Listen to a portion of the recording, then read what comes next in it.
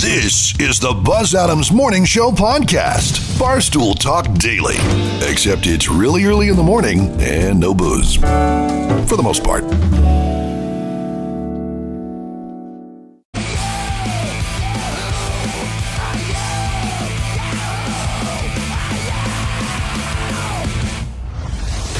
Buzz Adams Morning Show, Monday through Friday, 5 to 10.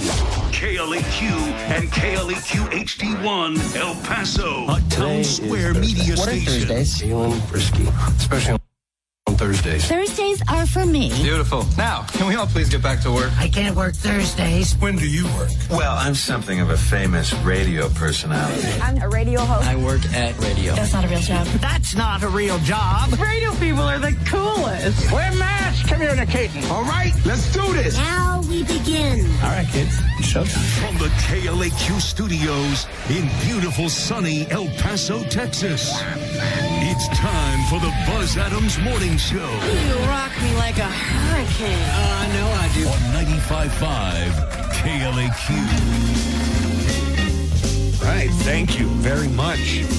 Good morning and welcome to the Buzz Adams Morning Show on KLAQ. And welcome back NFL football. Tonight, first game of the regular season is going to air tonight on Thursday night. Is it? Hey, Alberto's here. Hey, Alberto. Alberto knows sports. Yeah. Hey, Buzz. Is it Sunday night football tonight? I know it's Thursday night, but I think it's Sunday night football. What the hell? On a yeah. Yeah, because it's on Peacock, so that might be true. I think that might be right. That's the way it was last year. It's like, hey, join us Thursday for our presentation of Sunday night football. But it's Thursday. Well, Nobody said it had to Thursday, make right? sense. You know? It does not. No. Okay. Good morning, Joanna Barba. Good morning. Well, Joanna, an annual tradition, sometimes twice a year or more. We go through the list of announced celebrities for Dancing with the Stars Ah, yes. and ask the simple question, is this a star? Yeah. Alberto, here's how we do it. I'll just give you the name of the person who's going to be on Dancing with Stars. One of us has to know something about the person. If none of us know anything about the person, we're calling Not BS a on the star. Yeah, we're calling Not a star. not a star. we look forward to it. Yeah. I never watched Dancing. Yes, I never watched neither do Dancing I. with the Stars. But I saw yesterday that the list came out, and I was like, "Oh snap, it's happening!" So I didn't look to see who the stars were. Yeah, I only gave it a cursory glance, as they say. Let's get a look at El Paso weather. I was sitting out on the back patio, and I'm going to come right out and say it. Along about 8 o'clock last night, it was almost cool. it was chilly. Felt fresh. I know Real some nice. people who would have put a light jacket or a sweater on. Let's get a look at El Paso weather. The Golfers forecast. We're going to include the weekend here on the Golfers forecast. Brought to you by Painted Dunes Desert Golf Course. Sunny today. 92 is going to be the high temperature. That's going to be the warmest day that we have for a while. Then our highs Friday and through the weekend are going to be in the mid to upper 80s. But we'll crack 90 today, get up to 92, which is a lot better than 102 or 106. For Friday, mostly sunny. Got a little blip of rain showing up on the radar in the afternoon, early evening. So there could be a little bit of rain, but for the rest of the weekend, not seeing anything really. A lot of sunshine and mid to upper 80s for high temperatures.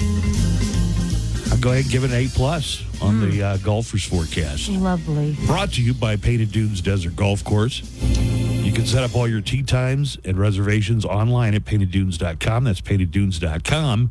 Or call the Pro Shop. Their number is 915-821-2122. Alberto, you ever play golf? Yes. Where do you go? It depends. Ascarity? Yes. Okay. So I've been there. Yeah. My daughter has started to enjoy Top Golf. Ooh, nice. Because that she is plays fun. Angry Birds with golf. They have Angry Birds at Topgolf? You could play, they have different games you could play. Oh, okay. Different target games, and one of them is Angry Birds. Oh, fun. And she's getting where she can hit the ball sometimes pretty straight. But she has no interest in going out and playing golf on a golf course. And Top Golf for an hour, It adds up. it'd be like $100 Oh my God. after you tip out your server and have a drink and some nachos Some or apps. some flatbread pizza or something. Oh my God. Have you ever been? I have, yeah. Fortunately, not on my dime. So. No, somebody else took it. All right. Joanna Barba is going to have the Hollywood Cheesemate coming up in about an hour. Joanna, what do we have on the way? We're going to talk about how Netflix users are demanding that a new horror movie that they deem demonic be taken down. Is it Late Night with the Devil? No. Did you? It's a new edition that they just got. It stars Glenn Close. It's called The Deliverance. Is it a new movie? It's a new movie, yeah. It just came out, and now it's dividing viewers so much that they are demanding this needs to be taken down. Wow. See, something like that just makes me want to see it. Yeah, more. now I want to watch Right. it. All you have to do is tell me a bunch of people are upset about a bunch of religious types are upset about something, and you've sold me the movie. Sold. I want to watch it. And ladies and gentlemen, Nico Ajimian has entered the studio. You're late to work. Who gets a I would really appreciate it if you preface that with professional comedian. Yeah. Do it like you used to do when you introduced him. Professional comedian. 2-time finalist for El Paso's Funniest. 5-time. You can 5. host of the infamous and sometimes dangerous open mic comedy show at Scenics Bar and Grill. Oh, now you're just being douchey about it. Why? Why? He's not being serious about it. Yeah, I am. No, you're not. You Listen to my voice. I got an effect on it. That's not serious. You can follow him at Nico Adjective on social media. Also, Tinder. Go fish, and it's just lunch. Nico Ajimian. work? Who gets a Worst. you, boss? I'm late. Hello, Joanna. Hi. What are you doing in here with us? Hanging out. No one else here, bitch. Well, today is a special day. What's going on? Well, not only is Buzz taking care of his health today, but For once. you left the effect on. I got a doctor's appointment. I like the effect. But we have Joe Montesano from the zoo coming in to confront our fears today. I have the doctor's thing today. Well, you're going to do it before then. When's Well, Joe shut coming up. in? At 7. Oh my God. I'm not ready for this. I'm not ready either. I got to go to the doctor later. Nope. This ain't good for Nope. It's not a serious Not one. good for your blood pressure. We were talking phobias, and everybody revealed their No. phobia. So- And I don't want to touch a frog. man. Perfect day. I don't want to touch a snake. Perfect day that Alberto's here. I don't like frogs and snakes. And bears. Oh my. It's also I like turtles. it's also going to be a beer festival at the zoo. Ooh, brew at the zoo. It's brew at the zoo, right? I think that's what it's called. So I thought we were going to do this maybe on Friday, when I don't have to leave so soon. But if you've got it locked in, yeah, what's he bringing for you? A spider. I hope it's a tarantula. Really? You hope it's like something really hope- gross and like Yeah, I don't hairy. think you have the same. I don't think you have a phobia on the level that I have a phobia. Like I'm paralyzed with fear if I see. I made toad. sure to ask for the biggest, wartiest frog that he had. Yeah. See if he can get those that the South American tribes people make their poison arrows out of. Poison arrow frogs? Yeah. I hear if you lick They're it, called arrow get you frogs. high. Yeah. All right, we've got a lot Don't coming lick up it. on the show today. 4 dead at a shooting at a public high school in Oh, God. Georgia. We're going to have to talk about that.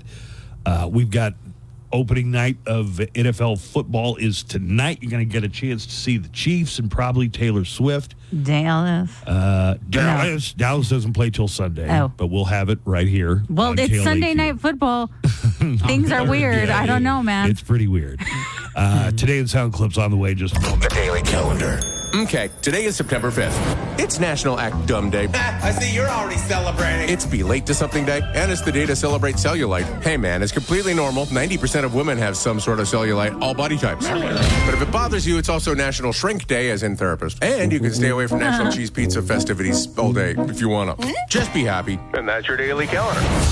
Hey, it's Daniel Paulus. I'll be along starting at 3 with everything from GNR to STP. Learn more, visit Western and get started today. Don't give up, rise up at Western Tech. College for the real world. Oh, we're back. Buzz is back. Hey, right on, Buzz. Buzz in the Morning Show, 95.5 The Q.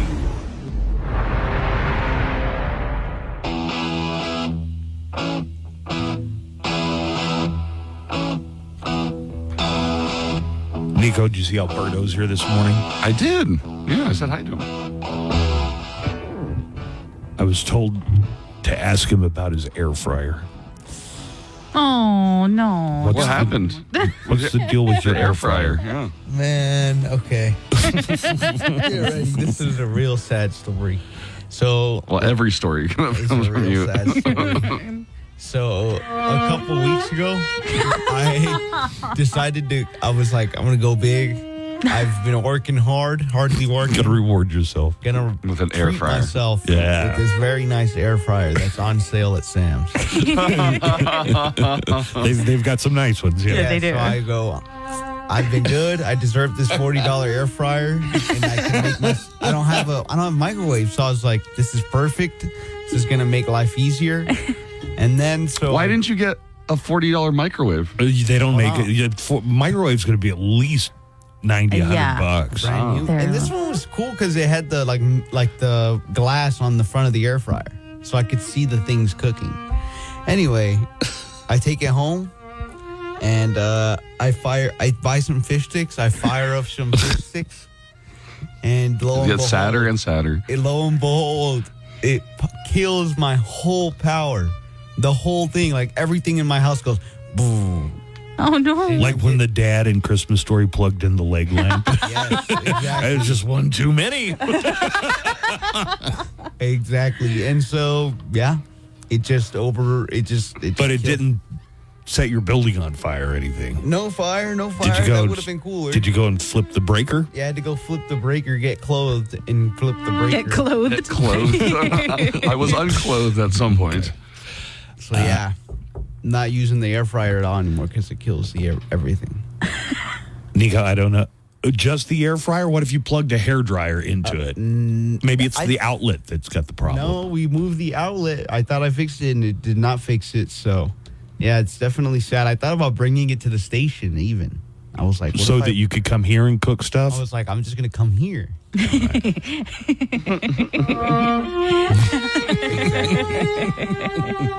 Oh, Alberto. Okay, let's do sound clips. And now, today in Sound Clips. All of the day's news with accompanying sound bites and actualities. Let's start, first of all, 4 killed in a Georgia high school shooting. The shooter has been identified as a 14-year-old student at the school. 14? Yes. At a press conference yesterday, here's Georgia Bureau of Investigation Director Chris Hosey identifying the shooter who was arrested at Appalachia High School in Winder, Georgia. The shooter is in custody. His name is Colt, that's Colt Gray. He is a 14-year-old student here at the high school. He will be charged with murder and he will be tried as an adult. So a lot of times the shooter ends up dead, either killed by the police or killed by their own hand. But they arrested this 14-year-old, so they've got him in custody. Here is the county sheriff there in Winder, Georgia. Judd Smith gave an emotional update about the shooting. This hits home for me. I was born and raised here. I went to school in this school system. My kids go to this school system. My heart hurts for our community, but I want to make it very clear that hate will not prevail in this county. And, of course, it was an AR-15 that had belonged to the 14-year-old's dad.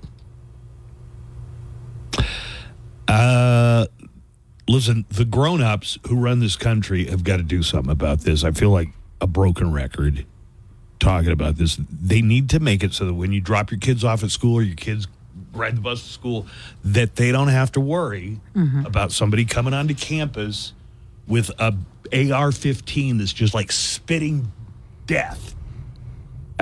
Do something about that. Or should we just live with it? Let's just live with it. That seems to be the position of a lot of people. It doesn't happen in other countries. It might happen once in another country, but it doesn't happen on a regular basis. And actually, school shootings are down a little bit this year. Let's change the dress code so every little kid has to wear bulletproof armor.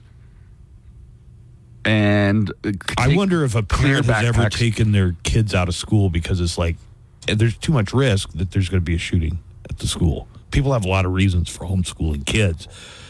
Here again is GBI Director Chris Hosey confirming that no one else was involved in the attack. It was a lone shooter incident at that high school in Georgia. There's no evidence to report that any additional shooter was involved in this incident today.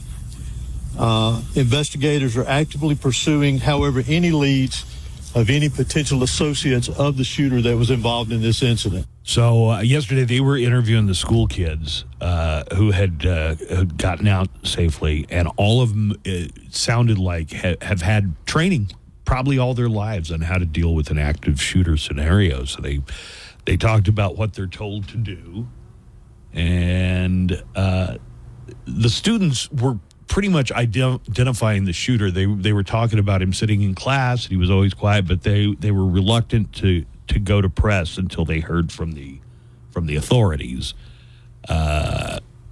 Hosey cleared up what they try to avoid at all costs is misidentification. To say the school shooter, if you get it wrong, that's what happened at Newtown, Connecticut. The shooter there at Newtown had used his brother's ID, so they had at first identified the brother as the shooter at Newtown. Hosey cleared up a case of misidentification. The individual that we have arrested and will be charged with this, his name is Colt Gray. But there is another student here at the school with a very similar name. We want to ensure everyone that Colton Gray is not involved in this incident. All right. Also, there was a rumor that there was a list of schools targeted for attacks. There is no evidence of a list of schools being targeted. However, there is a lot of evidence that is being recovered and evaluated.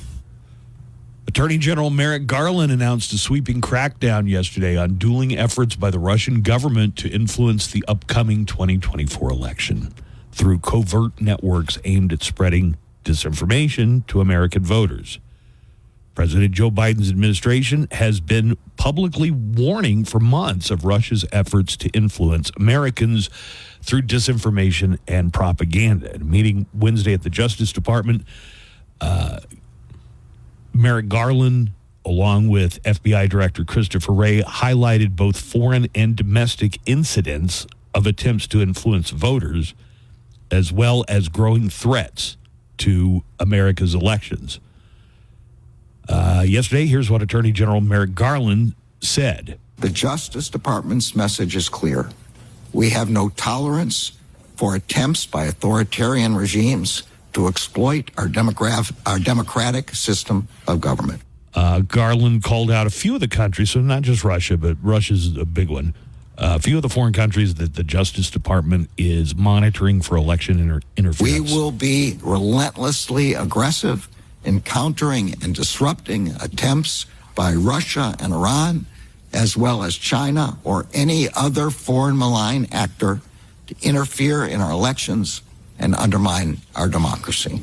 And Defense Department spokesman John Kirby also spoke. He said the Russian operation to interfere with America's elections have gotten more sophisticated since the last election cycle 4 years ago. Well, they've gotten more sophisticated. They've gotten more organized. And quite frankly, they've gotten more funding. support right at the top of the Kremlin. We believe Mr. Putin is witting of this scheme, or these schemes, I should say. There's more than one. All right. So the gist of it, from what I got, was that there are attempts to pay sometimes Americans who are on social media or influencers. They get payment from a foreign government and spread false information. Here's Kirby, who gives an example of the kind of misinformation that's spread. A great example of the messaging, for instance, was blaming Ukraine and the United States for the terrorist attack that happened in Moscow several months ago, that we all know was conducted by ISIS. So if you see somebody online and they're saying something that does not quite jibe in your mind, pause for a moment, because that person might have taken money from Russia to create false stories. John Kirby, one more time, explaining how they worked with U.S. companies to spread information as legitimate media using fake social media influence. He's talking about them using the social media influencers to work through funding companies, even a company here in the United States, to get them to push information out in the vein of a legitimate media outlet. And they're also working at a tactical level with social media influencers. Many of them, as the Attorney General laid out, are simply made up. Some of them are real social media influencers, and some of them are just fictional. They're not real. A Delta Airlines flight from Atlanta to Barcelona was forced to turn around and fly back to Atlanta after a passenger. Well, here's a description from the pilot calling it to air traffic control. It's just a biohazard issue. We've had a passenger who had diarrhea all the way through the airplane, so they want us to come back to Atlanta. Oof, the minute you hear biohazard, you just you're like, know it's either puke or barf. Or puke or crap. Yep. One of those two things. Boy, I feel like this person in this next story, Joanna, is a real kindred spirit of yours, okay? A homeowner in Ohio says that she has been receiving complaints from people in her community because she put up her super elaborate Halloween display months early. She put up her Halloween decorations a month ago. Oh. So, first part of August, yeah. I want to see if they show any pictures, see if you appreciate her Halloween game. Alrighty. Her Halloween display, Nightmare on Byberry Street, which is free for people to walk through and enjoy. Aww. Every year, my friend here changes. This year, he's carrying a skeleton. Last year, it was a clown. Okay, all right. So wow, that is elaborate, yes. Yeah, and she lets people go and check it out. That's anyway, cool. It's gotten complaints. They're saying, hey, can we just keep it to October? Don't start this stuff in August. Here is Marianne Peters, the homeowner, explaining why she put her decorations up so early. If I was disrupting somebody or, bothering people, I'm not. You could have came to me and said something like, hey, why? And I would have explained to them why I do it so early. It broke my heart because all my neighbors come and try to help me if they see me out here. My husband was diagnosed a year ago with cancer. He can't do as much after his chemo treatments. He's usually down for 2 weeks. Oh. And a 53-year-old Florida man was driving around in his souped-up Dodge Charger when another guy tried to communicate to him that it was a nice car. All right. The driver of the Charger responded by punching the man in the face. He stopped in the street, got out, and went to the driver's side of the door and punched the guy as the guy is telling him, I was just complimenting your car. There was dash cam, so we've got audio of it. You want to clap? You big tough guy? I'm trying to tell you, nice car, bro. I like your car. You better pay attention. All right. That was after he had punched the dude. Well, he sounds mad. Doesn't take compliments well, apparently. Guy was trying to compliment your car, man. And that's it for sound clips. But cool. We do have our late night roundup. Looks like most of the hosts are back working. So let's go ahead and get into it. It's your late night roundup on the Q. McDonald's just announced that they're going to start serving McFlurries in a new cardboard cup that has 4 flaps to cover the top. Every Chinese takeout restaurant was like, wow, where'd you come up with that idea? Krispy Kreme has partnered with Dr. Pepper for a new roster of donuts. Of course, these brands have worked together before on their previous collab, Diabetes.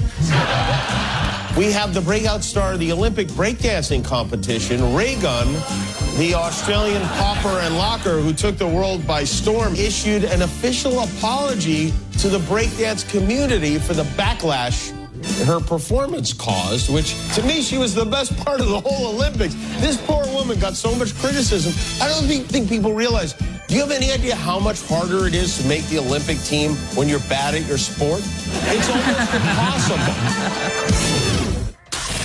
Find out what's going on. Quirky facts about our region. Urgent things you need to know impacting your drive. And of course, nothing but El Paso's best rock. HSA and F. Book an appointment for your free fitting at goodfeet.com or just stop in. Walk-ins are welcome. Live from the KLAQ studios, the Buzz Adams Morning Show. Courtesy of Glasheen, Vyas, and Enderman Personal Injury Lawyers at GVILaw.com.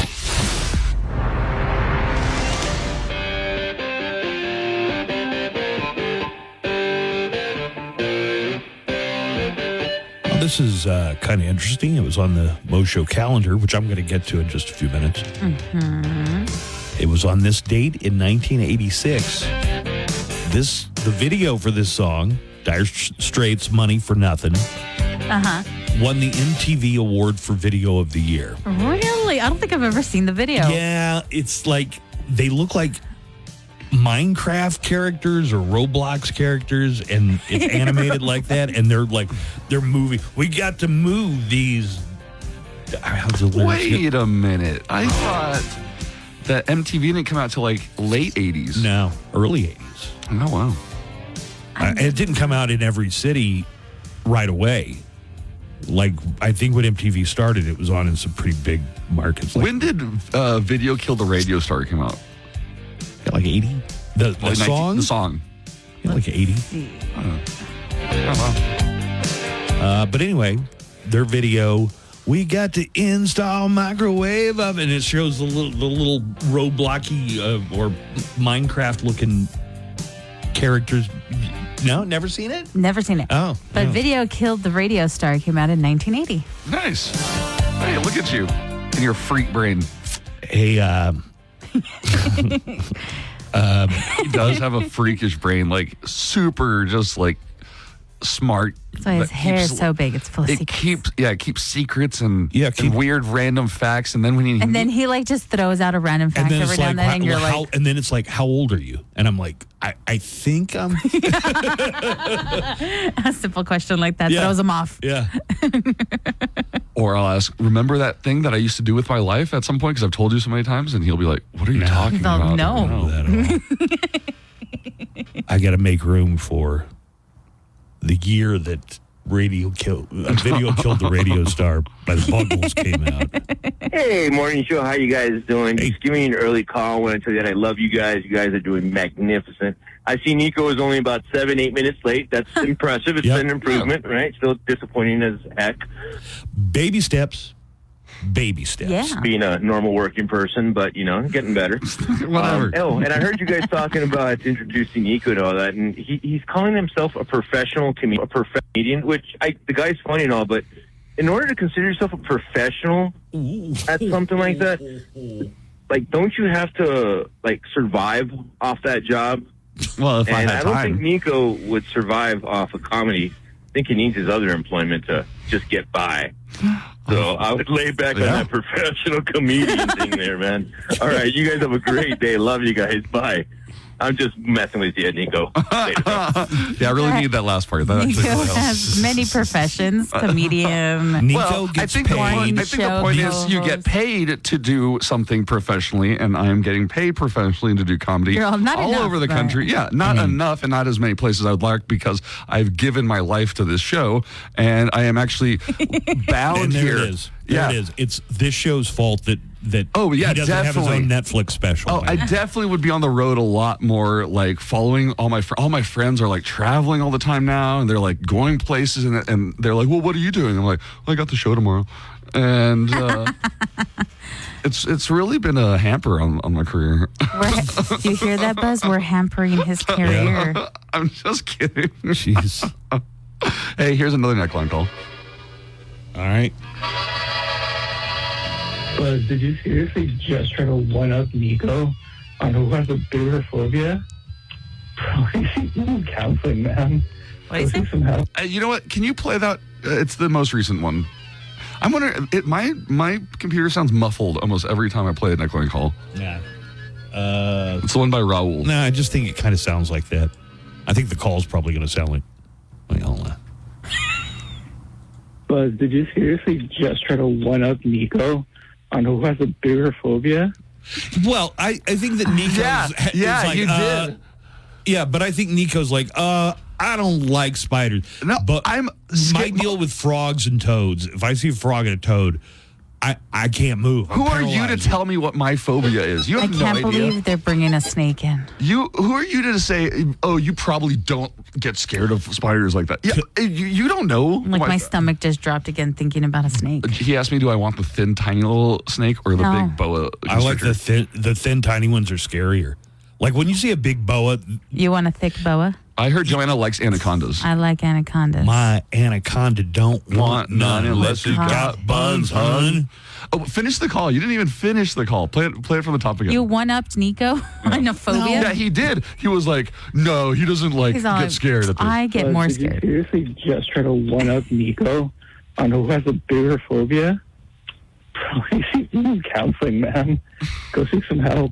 That's not healthy. I wonder if this is the same guy who told both of you, you need couples counseling. That call was great. I saved that one. If you're looking for a Halloween costume and you want to do the pay tribute to a movie that came out 50 years ago, which is what we did last year. I don't know if people realize, but we were the Exorcists. They had automatic green puke. Oh, that so Joanna was good. throwing up So for the whole parade. awesome. Yeah. People loved it. Yeah. Everybody got, but I don't know if everybody knew, it was the 50th anniversary of The Exorcist. Yeah, I don't know if anyone knew that. Yeah, that's a good but point. So here are some movies that came out 50 years ago in 1974. Blazing Saddles. Wow. So you're going to be Sheriff Bart, and I'm going to be Gene Wilder, and Joanna, I guess you get to be Bernadette Peters. Okay. Wait, if I'm Sheriff Bart, would I have to do... No. Okay. No, you do not. We're just going to put a little sign on you that says he is Sheriff He's the Bart. only black. The black guy. He's the black character, and it's like, wait, what do you want me to do? Here's one that's more specific. This year is the 50th anniversary of the Texas Chainsaw Massacre. Oh my God. We could rig it again so I could throw like blood or something. Other than But other than Leatherface, Leatherface, who are the yeah. characters? I don't know the names of any of the characters. Did you ever watch that really weird Friday the 13th that had Matthew McConaughey in it? I recommend No, it. because when I went to go watch it, it was nowhere on no more streaming services. It is insane. It was one of Matthew McConaughey's very, very I first remember roles. you telling me, and I couldn't find it on streaming anymore. Let's see. Chinatown. There you go. Let's do Chinatown for the Halloween parade. We'll all dress in 1940s suits. Fedora. It's Chinatown. Oh, here's one. This shows promise. Young Frankenstein. Oh, yeah. You can be Farfik Nougat, or what was her name? Frau. No, you mean Terry Garr, or are you talking about Cloris the older Leachman. Cloris Leachman? Frau Bruja.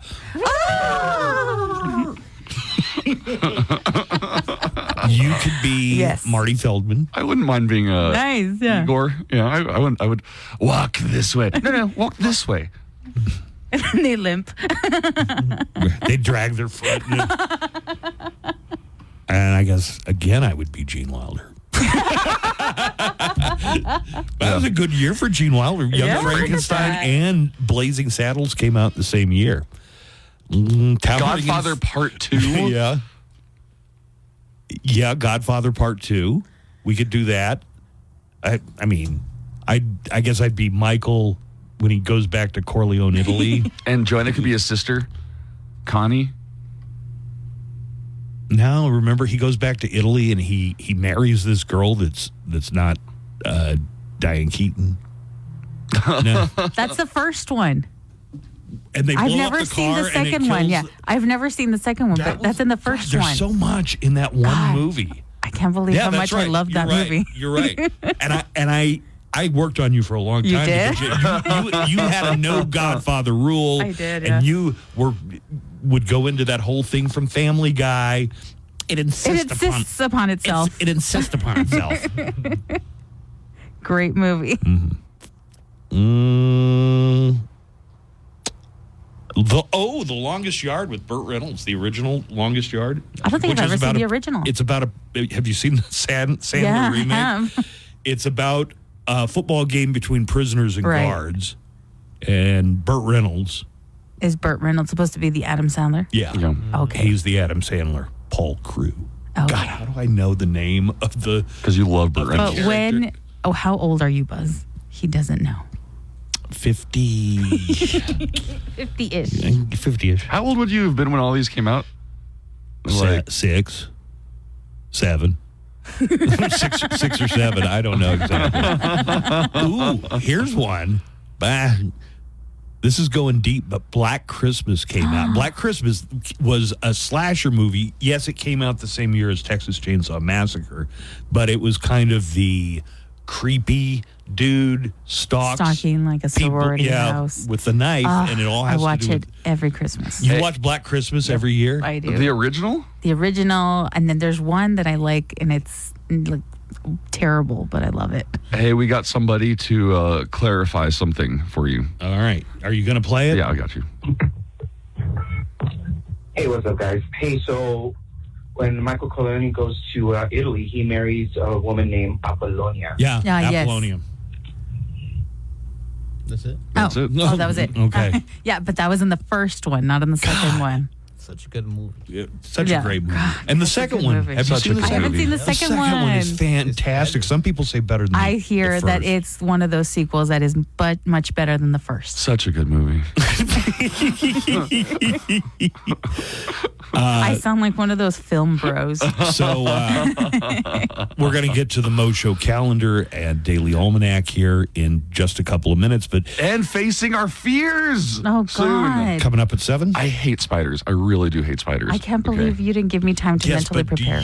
does I your physically body, recoil at spiders. My body physically recoils at them. All right. Don't say recoil. That's what snakes do. They do. They coil around you. They coil, recoil, uncoil. They do it all. Are you scared of a snake bite or like a snake's Just like- Like if hugging you to were, death? if you were Like- walking through some tall weeds and No. and you just saw, I would freak the F out. or if you, there have been, we don't have a lot of, so you would think this See, place is crawling yeah, with yeah. snakes. We don't have a ton of I've snakes been in El lucky Paso. enough to never encounter a snake in the wild. I know we got listeners in Abilene and San Angelo and places like that. Mm-hmm. You guys have way more snakes than we do, but I have been out like in the desert looking for an errant golf ball and heard that telltale Oh, God. like the That's scary. but You know it's a good thing. It's a good thing the rattlesnake They lets give you a know. Yeah, warning. they give you a warning. That's why a rattlesnake is called the gentleman of snakes. Because he gives you a warning. Yeah. That's nice. I just think it's weird that they don't have legs and they can Why still, don't they have legs? and they still move. Oh, They slither. well, I they can tell slither you about. from the Your evolutionary biology No, standpoint. no, this is right from the book of Genesis. Because the serpent tempted Eve with the apple, God cursed him to crawl in the dirt On your belly. Yeah, that's right. Have you heard that from the Bible before? I think you've told it to me before. I've heard that. That's yeah. why snakes crawl. But then I'm like, if they had legs, I probably would freak out too. Too, right. And the women got punished too because of Eve, so that's why they have periods. Now we have periods and we have And to bear the difficult pain of childbirth. Yes, childbirth. that's right. You know, the more illogical phobia is the frogs because they're not dangerous. You know, There's no logic to my phobia. spiders There's- and I don't snakes think there are. has to be any logic to any phobias. Other than they Just be jump in a scared. very jump scare way. Oh. Yeah. And I used to have to mow yards for Right. free. Like You that was keep my emphasizing that for free. Yeah. My dad Your parents would volunteer you. would volunteer me to mow My the mom would do yard that of- to me. Like You hey, said like you put in all your hard work years like real early, and then when you hit like 20, you didn't have to do that anymore. Once I became the age of majority, there were other children in the neighborhood that could do it. Right. Or no, he got money enough when he started radio that he never had to like. I wasn't getting money then. I was just, my dad would volunteer me to go mow somebody's yard, and the grass would be up to my chin almost. And then boom, frogs everywhere. Oh God. Raining frogs, cats and dogs living together. So before we get into the calendar, we haven't officially done this. Coming up in the month of September, it's already September 5th. NFL season kicks off tonight with the Chiefs hosting Baltimore. Yes. And then on Friday, Packers play the Eagles in Brazil. That's going to be a good one. In theaters, Beetlejuice comes out.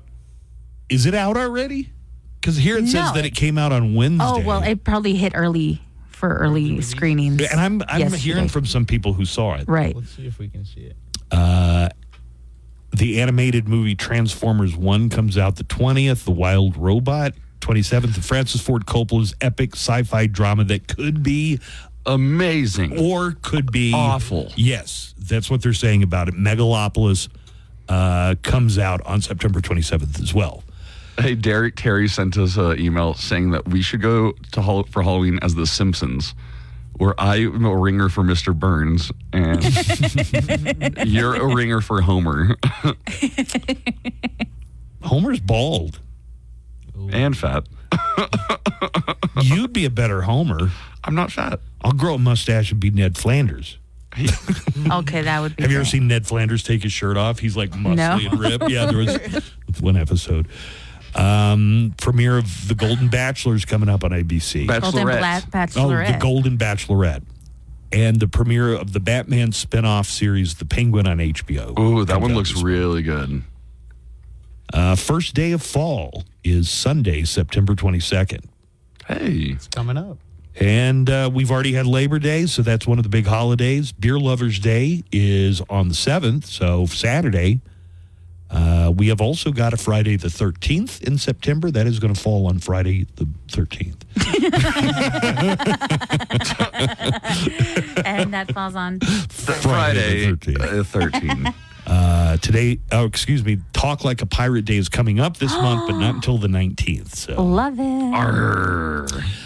Let's get into the Mo Show calendar and daily almanac of events. Find out what else is happening. Today is International Day of Charity. Nico. I knew you were going to say. Here you go. Let me, Joanna, look, I highlighted it in red. Today is Be Late for Something Day. Hey. Every day. Don't applaud. That's Every day Nico's is Be Late for motto. Something. Wait, go up. I'm just glad you didn't make fun of me for the International Day of Charity. International Day of Charity.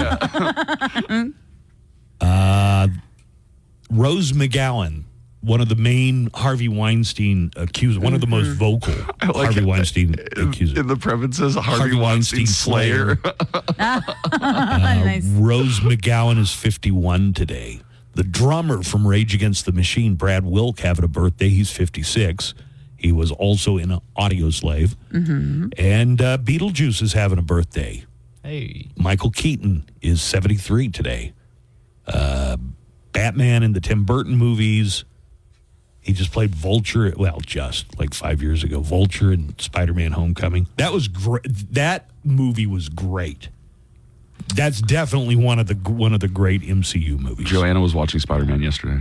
I wasn't watching it. It was on in the background in that studio. Don't be ashamed. Well, I'm just saying because I've gotten in trouble for watching TV in the middle of the show. I watched Avengers Age of Ultron yesterday just because it was on. It was on TV in the studio, and I've gotten in trouble before for watching movies while the show is on. How do you watch something that's just like, because you have cable still? Yeah, sometimes it'll... Yeah, that's how I was watching Spider-Man. Okay. It was on cable. There's cable in that room. My default is that I have something on and it's on cable. And I don't go to the if I go to the trouble of putting something on Netflix, I got to sit down and watch it. Yeah, exactly. I see But what if you're it's saying. just on TV, I see what I don't you're mind saying, letting yeah. it run. I don't have cable, so I don't have that experience. I don't have cable. Anyway, either. Michael I come here Keaton for that experience. Michael Keaton, his real name is Michael Douglas. What? Wow, what? And he had to change it because there was already a Michael Douglas. Yep. Yeah, he changed it to Keaton, and I've heard 2 different versions in honor of Buster Keaton, the old silent film actor, or Diane Keaton. Really? So he says that he took that name because of her. Anyway, Michael Keaton Beetlejuice is 73 today. Nico, tell me who George Lazenby is, because he has a birthday today. He's 85 years old. The Lost James Bond. He did one James Bond movie on Her Majesty's Secret Service, and his performance was so awful that they replaced him with Roger Moore. Well, not immediately. They came back and they did Sean Connery came back. History lesson. People. For You Only Live Twice. Regrettable yellow face in that movie, by the way. Anyways, not cool. Buzz loves this movie. Buzz loves On His Majesty's Secret Service, and he likes George Lazenby as a James Bond. I kind of do, but he is the forgotten James Bond. George Lazenby is 85 today. Also, William Devane, who played the president on 24, he's 85 today as well. He's the guy in like those Allstate commercials. William Devane? No, I think I see him on like you need to buy gold. Gold is the one currency that doesn't depreciate over time. He's in those commercials. And football is back. I'm so happy that football is back. I made a song about it. Tonight you can see the Chiefs and the Ravens on TV. The first game of the actual regular season. Football is back. Here it comes. It's on TV. It is back tonight. We will see Ravens and Chiefs and one other thing. Shots of Taylor Swift. I'm Daniel Paulus, and whether you're wrapping up your workday, money bundling and to plant really tall shrubs. Progressive Casualty Insurance Company affiliates and other insurers not available in all states. The Buzz Adams Morning Show, Monday through Friday, 5 to 10. KLAQ and KLAQ HD1, El Paso, a Town Square media station.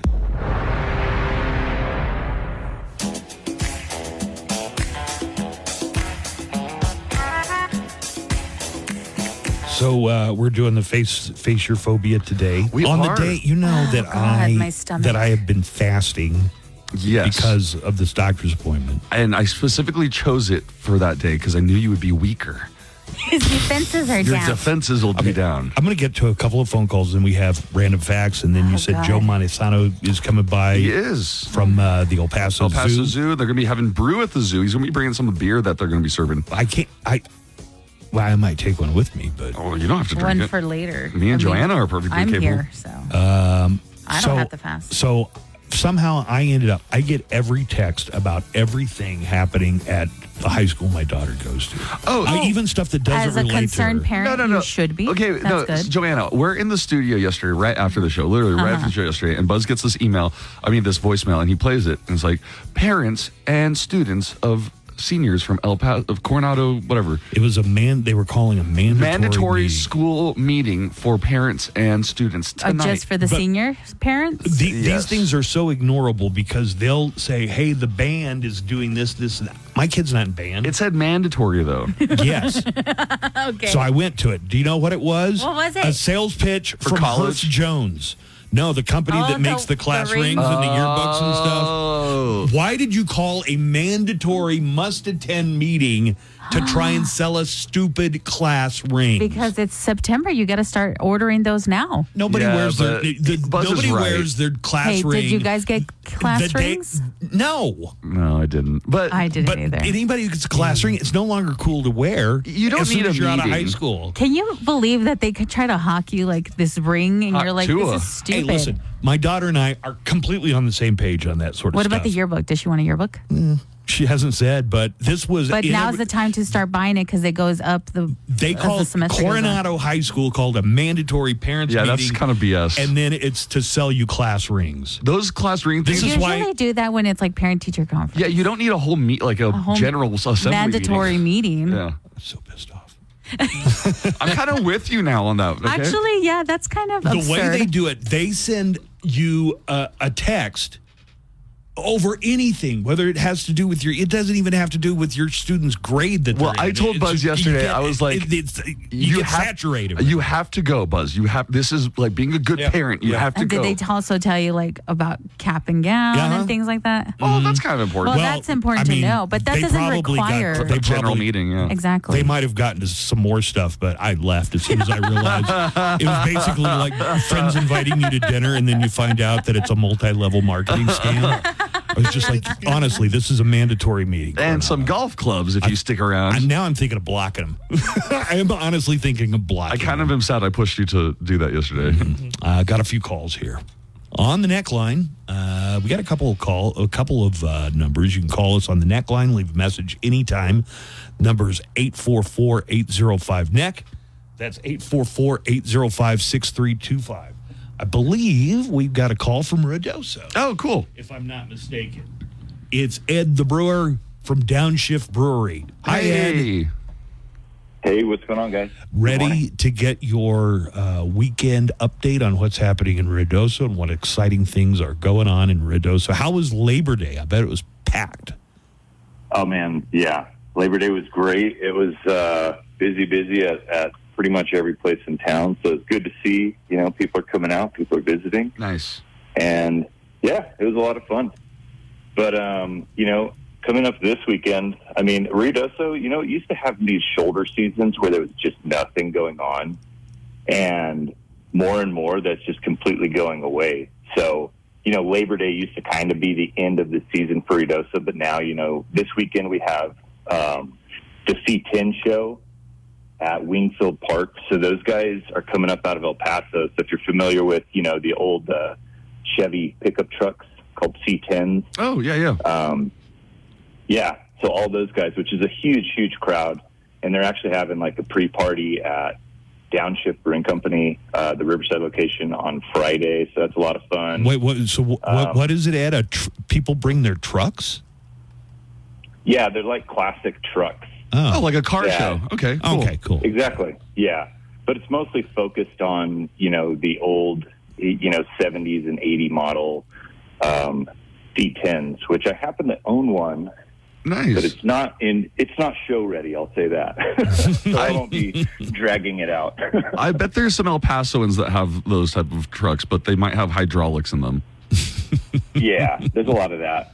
But so that's going on. And then also something really cool that really you don't get to see in very many places in the United States is the elk are in rut. So there's tons of elk that live in Ruidoso. And so when they're in the rut, they bugle. You can go look it up, check it out. No, Ed, make the sound for us. What do they sound? What do they sound like when they bugle? If I were to bugle, then all the lady elk busting down my door, so I better not. Joanna, you know what in rut means? No. They're in heat season. In heat. Yeah, in mating season. Yeah. Spicy. Awesome. But these male elk are all out here bugling, which is just incredible. Absolutely. Talk to Nico for a second. I've got to look up elk. I got to hear this. Nico, talk to Ed, our buddy. Hey, Ed, so what about during the week? You still have open mic and music and things going on during the week at Downshift? We do. So last night we just had a show at Riverside. Tonight we actually have an awesome artist called Bo Jenkins, who's out of Arkansas. All right. Oh, cool. He's going to be at Riverside tonight. We've got open mic at the Tap. Friday and Saturday we have live music over at Riverside. So lots going on that front. Sounds like it. Here you go. This is what everybody's been waiting for. This is an elk bugle. What? That's it. Wait. Oh, God. That sounds like a horror That movie. sounds scary as hell. But get ready for Halloween, right? Oh, my God. I guess if you're a naturist or if you're if you're really into animals, this would be a good thing to watch and come out and see. I just think it would be fun to sit out there and listen. Just sit on the back porch of one of those log cabins and just listen to them bugle away. Just listen to it. You can hear it all over town. It's incredible. Mostly at night or mostly during the day? It's actually, they start in the morning and then they go kind of until dusk. So you'll hear it all day. Oh my God, imagine just hearing that. I'm going to start doing that when I go out to the bars. Yeah. That sounds so scary. God dang. They're kind of majestic animals. I thought elk were just like really big deer, but those are a trip. I don't think I've ever seen an elk out in the wild. Yeah, I have. In Cloudcroft, I've definitely seen elk at a distance. All right. Well, Ed, it sounds like a lot of fun. People should head up and listen to the Elk Bugle while it lasts, and definitely stop by and see Ed the Brewer and our friend Jamie at Downshift Brewery. Thanks, Ed. Come down, see us. Yeah, appreciate it. Have a good one. All right, thank you. Take care, buddy. Got some random facts coming up here in just a second. That's a trip, man. A bugle? Oh, just hearing that in and having no idea what that is. Hey, little lady. It's like, God. And she's probably like, oh, sexy elk. Oh, I like the way you bugle. Hey, Buzz. Good morning. This is Larry Canyonga. I heard you guys talking about snakes. I was just wanting to put my input in it. I mean, not in the mountains or like out in the farm fields. You probably won't run into them. They usually come out when it rains. I guess that's where there's more like prey for them to like eat. But if you don't mess with them, they won't mess with you. And they rattle, so they let you know they're there. All right, guys. Have a good one. Now, in East Texas and Oklahoma, we used to go out and fish in some bogs and some creeks and you would have to, go a ways off any road to get to these lakes or ponds. Use a country term. I want to hear their down-home country. A creek? A pond, I would put it. But sometimes you'd have to walk, I don't know, an eighth of a mile or quarter mile from the road. That used to be the thing that scared me when we would go fishing. And I found out that snakes start hunting what they're going to eat, so bugs and stuff, at around dusk. So we were fishing one time, and I caught, I'm not kidding, this had to be a 25-pound catfish. I had it on a regular fishing line. It took a long time to get it in, and it had gotten dusk. So we had to walk back through that field, and these snakes were everywhere. Hundreds of them. We don't get that in El Paso. And the call, Larry's right. You leave them alone, they rattle, I'm a snake. I'm a slither. That's what I have to think of when this snake comes in. Yeah, I just think, so that I don't freak out. You have to it's a meme. It's the video. I've showed it to you before where the guy's like, I'm a snake. And he's dressed up. He's dressed up like Hey, how's it going? This is Jeff. I'm the day shift service manager over here at Buck's Cabaret. I think you guys mentioned us this morning about steak and lobster. If you guys want to come through tomorrow, I'm going to take it'll be on the house. I'm sorry, I'm doing something right now. Yeah, if you guys want to come through tomorrow, it'll be on the house. We'd love to have you guys here, so just come on by if you want. Steak and lobster on the house at Buck's. Hell yeah. Friday night? Let's go. Or what? Today, I think today's it's Thursdays. the steak and lobster. They don't do it 7 days a week. They do it on Thursdays. Would it be weird if I asked for milk on there? That is weird. Yeah. So let's not take Nico. I want it straight from the source. I get it. I want it from the tap. Hey, good morning show. I know today's a serious day. It's a really serious day. It's a somber day. Not because of the school shooting or because of the impending election, but because today is Buzz's colonoscopy, or at least that's what I remember that he told the audience. So, just take it easy, Buzz. Just take deep breaths. I want to point out, I never said that today is my colonoscopy. You guys filled in the blanks What are you drinking over there? You're about to fill in your blank. Water. Water? Mm-hmm. Buzz is drinking water. He has to be fasting at... I don't know. Yesterday he made me think that it's not, and it's just blood work he needs to be fasting for. So if you're really, if you're really on the edge on the table right before they put you under, just tell the doctor to squeeze your pompies, maybe put you at ease a little, brother. All right, bro. After that, you might even play a song, that All Right by Christopher Cross. No. It's a great song that always puts me at ease whenever I have to do something like that. Okay, everybody's got a lot of advice. I'm going to listen to some Christopher Cross. Ride Like the Wind. Sure. I've got random facts ready to go. And now it's time for random facts. At least once a week, we bring you random facts. Completely fact-checked facts. I have the references for all these facts. You mean these facts are factual? Are factual? Okay. And completely random. That's why they're called random facts. Random fact number 1. Benjamin Harrison, who was the 23rd president, was apparently addicted to cucumbers. When he was in When Benjamin Harrison was in college, his family wrote him a letter begging him to lay off the cucumbers. Come on. Stop with the cucumbers already. I mean, college is where you experiment, I guess. So I had to go and find out some reference to this, and they've got a letter on display at the Harrison family home. I see Buzz researching cucumbers. And you were wondering what I tell you, I fact check these things. And then Buzz goes, this, it's a vegetable. I go, no, it's not. It's a fruit. And then he's like, well, let me Google this. He's all, I don't believe you. Son of a bitch, it's a fruit. So Benjamin Harrison's sister Sally wrote on July 23rd, 1848, "Tell Ben, Pa is quite hurt to think he still continues to eat cucumbers, notwithstanding his advice."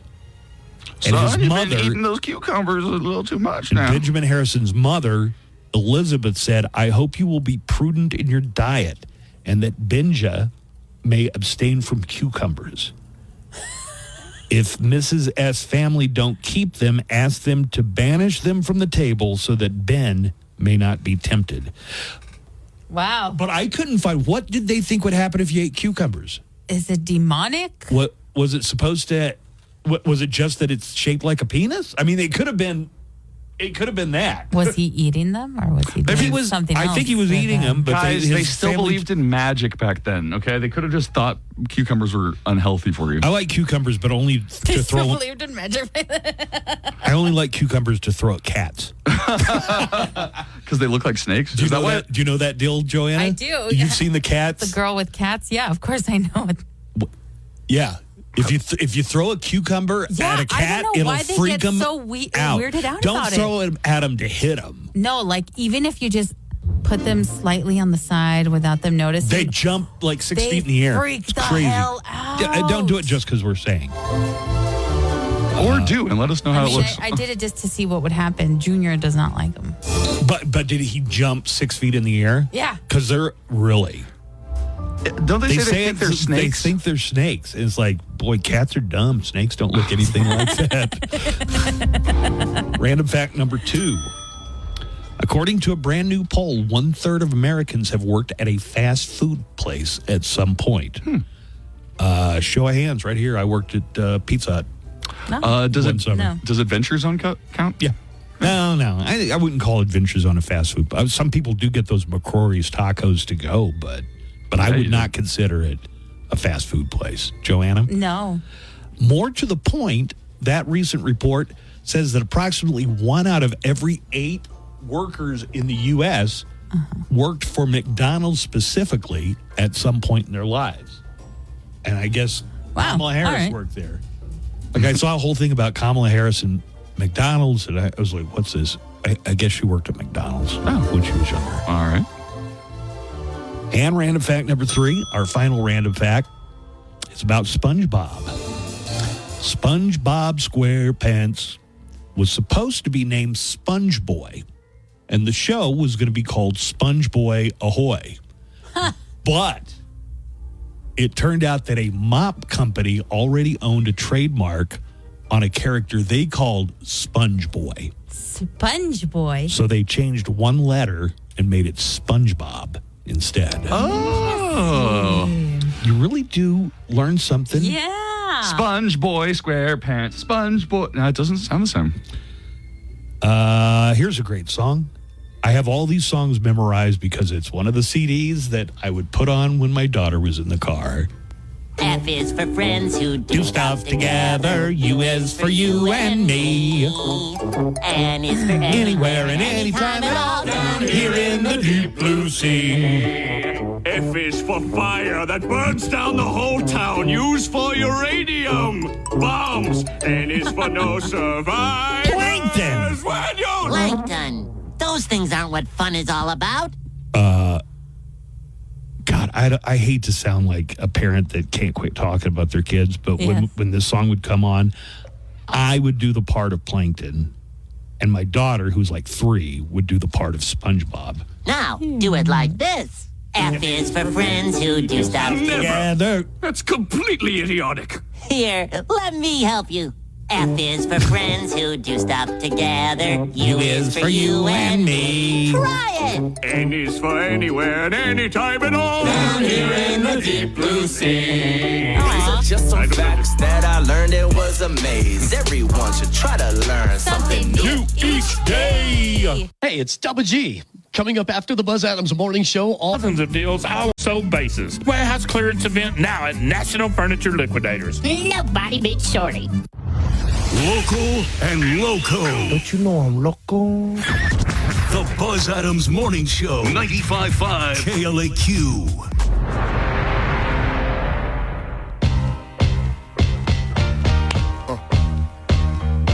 I am experiencing a great amount of unease because we are facing our phobias. Oh, God. For some reason, they got it out of me. Like, what is my phobia?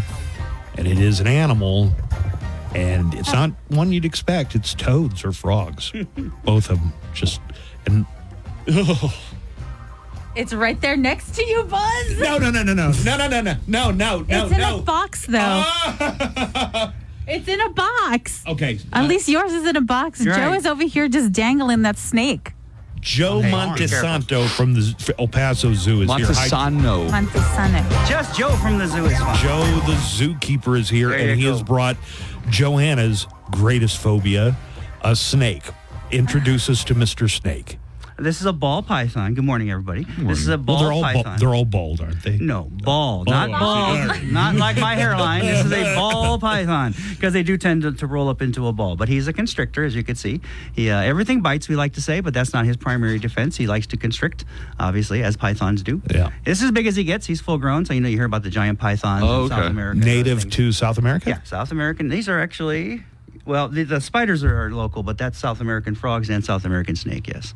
Other places, too. He roams in different parts of Africa as well. How do they sense? With their tongue? Is that why his tongue is going? Exactly. That's how they smell. Buzz referenced their smelling. Look at the tongue. So he's actually smells with the tip of their tongue. Kind of, it's like smelling. It's a little different, but they can sense different things, yes. All right. He's just checking out where he is, what's around, if there's any prey, anything he needs to eat. You seem very on edge, Joanna. She is. Do you want to come over and Not really. give it a pet? No. It's time to confront. It's time to confront your fear, Joanna. Why me first? Make Buzz go first. Gotta go to the doctor. I'm gonna take it off. You're on that side. That's why. Yes. Now Nico's was. Do I do? Put your hands out. I don't want to. Just put your hand up. That's it. Just touch him, then. Just go ahead and touch him. It felt scary. He's not slimy at all. I He's very know, smooth. but it's. I'm so sorry. Okay. But that's fine. but you want to hold it. Do you feel like She you is conquered backing your up about fear? as far as she can get away from him, actually. I'm okay. You lived in Florida. I heard that anacondas and pythons just love Florida. And anytime somebody, not just people letting pets go, but there were hurricanes. Yeah. That a bunch. So Are they an invasive species? Yeah, in especially Florida? down in Florida, they got a big issue with the pythons and things because there's no predator for them. Oh, so they just okay. live and grow and they eat the native wildlife. So they're like decreasing the rodent population, all the population that the other wildlife lives off of. So they're really decimating that. And they hunt them. There's actually Fish and Game has a special beagles that are trained to find them and stuff. Beagles? Yeah, they're actually trained to sniff out the snakes because they're not real. I mean, they don't hide that much. They're out there, just hard to find because they're so camouflaged. And they're in the swamps and different areas where you got to wade through and things. There's So probably crazy stuff like in the They Okefenokee they hunt them swamp. and they pay by the pound or by the snake sometimes. They'll pay hunters by the pound. The Craig Robinson had a show. Yeah, the TV I show. forget what it was called, but it was all about going and hunting snakes and turning them in for bounties. Right. They That do the is a same real with, thing. Yeah, they do the same thing with iguanas down in Florida too. There's a guy that drives a boat and you shoot iguanas actually, and he makes boots and things out of them. I have heard reports out of Florida, and you lived there for I how did, long? about Joe? 10, 12 years. 10 or 12 years. That there is a population possibly of monkeys. Well, there's a That few. was- Actually, there's one up. What's the name of that place? It's Clearwater. There's a park up there. It's a state park actually that actually filmed the Tarzan shows years ago. And there is a population of primates that escaped and are living up there now quite happily. Wow. Actually, Are they on an island? They're on or an so- island, and you island? can't approach the island. Monkeys, primates are very territorial, and so I have videos of people coming up on a boat, and they just come out and they want to kill you. I mean, they won't let you on the island. Oh my People God. have tried, and it doesn't work out well for them because there's a lot of them, and they've Are been they there monkeys for years. or apes? Are they They're a primate. chimpanzees? No, they're not chimpanzees. They're a certain kind of primate that they used in the films. I can't ring it off the top of my Well, head. know what new it is, fear but- unlocked there. Yeah. So let me tell you about Brew at the Zoo as I try to get everybody to forget the toads that are in the studio. You're not I will going distract you. Get Nico's phobia out. He's we got gotta a do phobia that. of spiders. Okay, I think I'm ready to touch the snake again. Okay. Okay. If Britney Spears can do it, Yeah. That's true. You should I put. can. It's cute, isn't it? No, it's not. All right. It came right at me. It did? It starts flickering that tongue at her. It's like, All right. Nice snake. Oh, okay. I think that's fine. It's a pretty snake. It's all right. it like It's all right. It is very pretty. Good job, They're Joanna. not Good job. slimy. I They're- touched it, Buzz. Do they call a boa constrictor a boa because you can wear it around your neck like a boa? Yeah, you probably shouldn't. We discourage that in the python and the boa industry. Yeah, because they'll squeeze. Basically, they could choke you. I mean, God. it's, I see You see, people- he got tangled up here. It took a lot of muscle to get him free. He is Yeah. literally, I don't know, 4 pounds of pure muscle. Just a muscle, yeah. Yeah, it I've really been is. to Of like grip like strength. convention, like sci-fi con and stuff, and the snake people will be out there, and they'll put the snake around people's necks, and I'm I've sweating. always wondered about Yeah, the you can. I wisdom mean, of that. yeah. I mean, it really would take time to strangle you. You know, they're rather slow moving, and so we just don't recommend it because it could be bad. That's a tarantula. Yes, and Nico's going to hold it in his hand. yes, he is. Yeah, I'll do it. You want me to show you how? It won't bite you. You know trust what? me. I think you might be. It looks dead, Joe. Oh, wait, that's a shed actually. So this, you're still shaking. Somebody should be feeling. Oh, you are. What are we looking at? This is a shed actually. Tarantulas. Yeah, that's his ectoskeleton. Let me see They this. shed when tarantulas. When tarantulas shed, they shed completely, basically. So they come out of their skin entirely. It and looks leave like that a shell. tarantula. That's why I brought But there's it. no tarantula. There's in no there. tarantula inside. That's his former self, if you will. It's still creepy, though, isn't it? Yes. See? Are you creeped out? No, not me particularly, but I mean, I just didn't want the chance of him getting bit, and who knows how his reaction would be. You could hold the real one if you'd like. I definitely don't have arachnophobia. Well, it won't. The real one looks like it's from Home Alone that gets on Mars' face, yeah. Let's put it on Nico's face. No, Yeah. Hey, I come touched a snake today because of you. I will touch it. on. Let's reenact the Home Wet Alone. Bandits. And Joe can be Joe Pesci. Okay, that makes sense. That works. Short, and I'll kill you with this pen. So, you said these are native? This guy, yeah. Okay. I've never seen it. If I saw something like that walking on my Yeah, I've driveway, never seen one like that I here. would be. Yeah, I would be stunned. I mean, really, we're in the high desert here, so if you go into New Mexico and different places where it gets a lower elevation, you'll see more of them. There's a canyon I hike in New Mexico, for example. There's just hundreds of them all over the place. Really? Yeah, usually after a rain, you'll see them. Unfortunately, they get flushed out and usually drowned or something, but they'll be all over the place. But They there's a little just run. square. They just run when there are people What's that around. little square on its back? So they don't. People think they project their basic hairs out. They don't do that. They do scratch their hairs kind of out and pick at them. It's kind of almost, if you want to correlate it to humans, a nervous habit, if you will. He's done an exact square on his rump, which is kind of weird. Aw, he's anxious. Yeah, he is a little anxious. Has anxiety. Touch him a little back here. Yeah, just do it gently, and if he turns around, get your hand out of there. That's the only thing. Because if you don't want to be near the biting side, So did Good you ever job, see though, them- Nico. You touched him. That was very good, actually. Here you go. Can I hold him? He probably bite you. And if you're going to the probably doctor, I don't want. Yeah, I I'm don't going want to the you- doctor anyway. Yeah, I don't want you to have a tarantula venom in you when you go. So But now for Buzz. These are South American toads. They are. Do they have psychedelic drugs on their back? they do not. Okay. It does you no good to lick them, eat them, or anything weird with them. Buzz had already licked them. What's the difference between toads and frogs? I think because Buzz, you're afraid of both equally. Both. They're the same goddamn thing.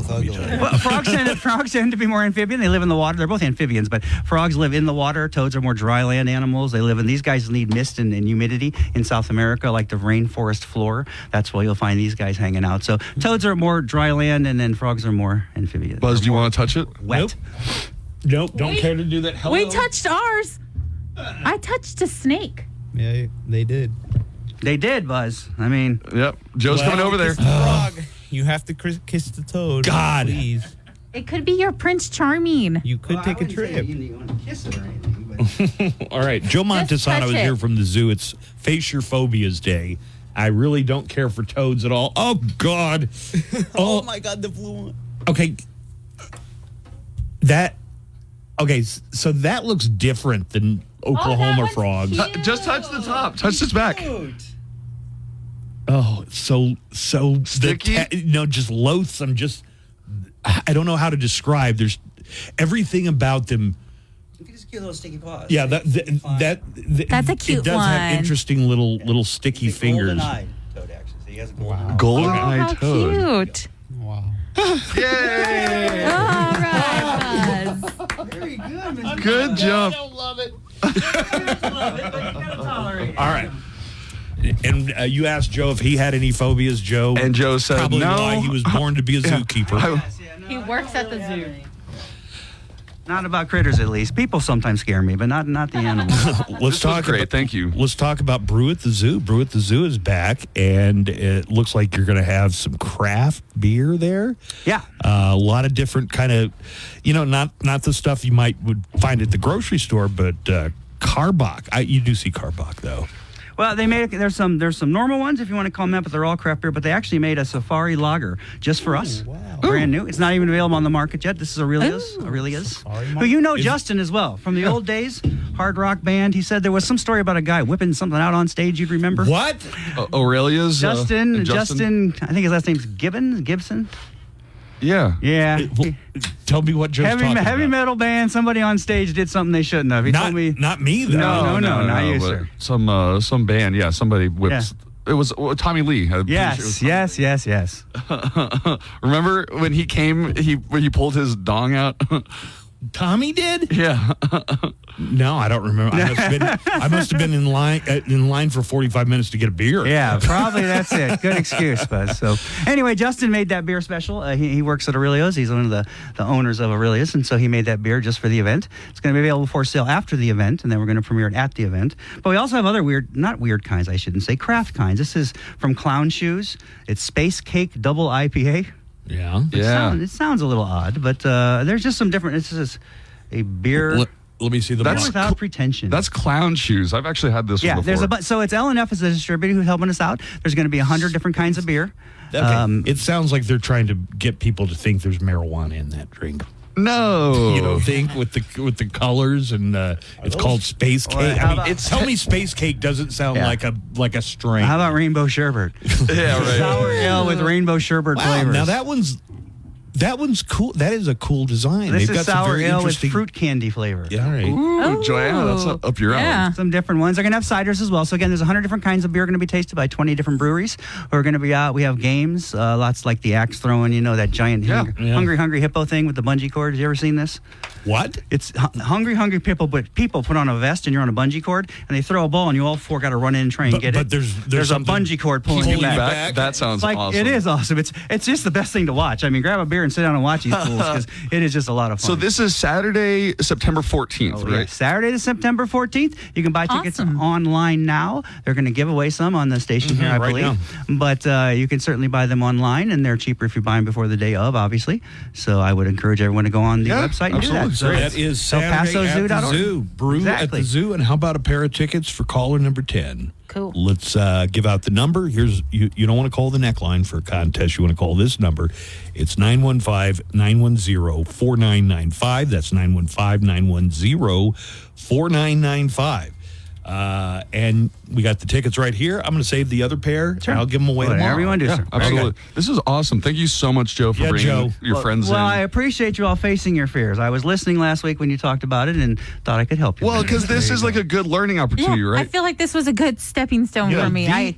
Personal triumph. These frogs are kind of cute. See? Look. Yeah. They are. And they're growing on They really me. are. Like warts will be later. No. That's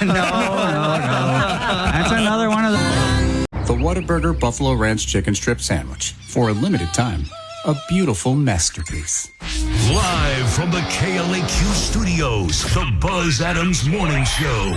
Courtesy of Glasheen, Vyas, and Enderman Personal Injury Lawyers at GVILaw.com.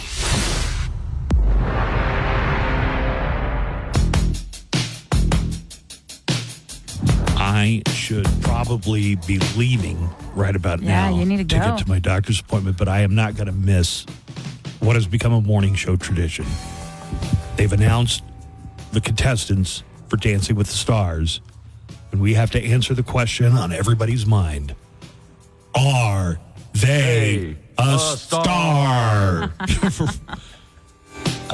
Alberto is going to join in. Who's the most famous Dancing with the Star contestant you can think of off the top of your head? I don't really watch the show, but I mean, Emmitt Smith, was pretty famous Dallas Cowboy. Some of the sports stars on there. Thank you, Joe. Thank you so much, Joe. Love Joe the zookeeper. Yeah, Joe. We have one of the best zoos in the country, I think. We have a great zoo. I hear people say it when they come in and visit the zoo from out of town. Yeah, for sure. So anyway, I'm going to tell you the names of the people. If none of us can identify the person, or one of us has to know something about the star for it to count as a star. One of us has to recognize them. If none of us recognize it, not a star. Not a star. I'll just go and mention the names. I'm just going to leave it live. Anna Delvey. Oh, my God. I have no idea. Are you kidding?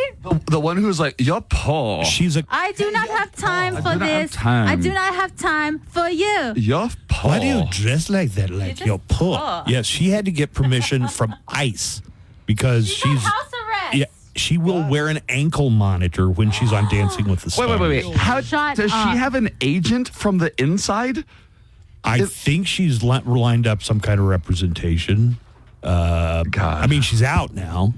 But infamous scam artist Anna Delvey, who they did that show. Inventing Anna? Maybe. So being like just a total piece of garbage is now from the top rope. She has skill. really upped her influencer status. Like she updates from home and she's like, I'm on house arrest. House arrest. I'm not poor. Okay, next Dancing with the Star contestant. Are they a star?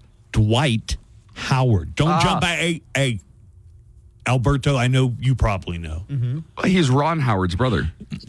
What? Okay, let's guess again, because that's wrong. What'd you say? Dwight Howard. Dwight Howard. Well, you're signaling to Alberto, so I'm going to assume it's a sports guy. It is. Okay, I don't But know. not good enough. So based on you two guys, Dwight Howard, not a star. Not a clue. Does Alberto know? Alberto. Yes. Dwight Howard. See, one person knew. He is a former. He used to be all over the NBA, and then he went to China, and then he's also mixed up in a bunch of scandals. Well, Dwight Howard is? Yes. Was Dwight Howard part of that Michigan squad, the Fab Five? No, Or he no. doesn't go He's back younger quite than that that. Yeah, far. he's younger Okay. than that. All right. Anyway, Dwight Howard had a successful career in the NBA. Next up, Eric Roberts. Nope. I love him. You get nothing from Alberto on Eric Roberts? All right. He was great in the Batman. Yeah, there you go. Yeah. He's Julia Roberts' brother. The father of Emma Roberts. Emma Roberts, too. You are exactly correct. That is a star That's right a there. star, yeah. I think they say he has the most acting credits in Hollywood Eric Roberts does. Of Yeah. anybody. of anybody. Wow. Dancing with the Stars, you got an actual A-list Yeah. star there Wow. in Eric Roberts. All right. That's a star. Next to Anna Delvey. Here you go. You poor. Again, Alberto, I want you to hold on while Nico and Joanna try to identify the next Dancing with the star, Danny Amendola. Danny Amendola. Yeah, who do you think Danny Amendola is? You know, Well, if you told Alberto to shut up, Right. yeah, he has to be Again, a sports star. guy. yeah, that's right. What is it? Hockey?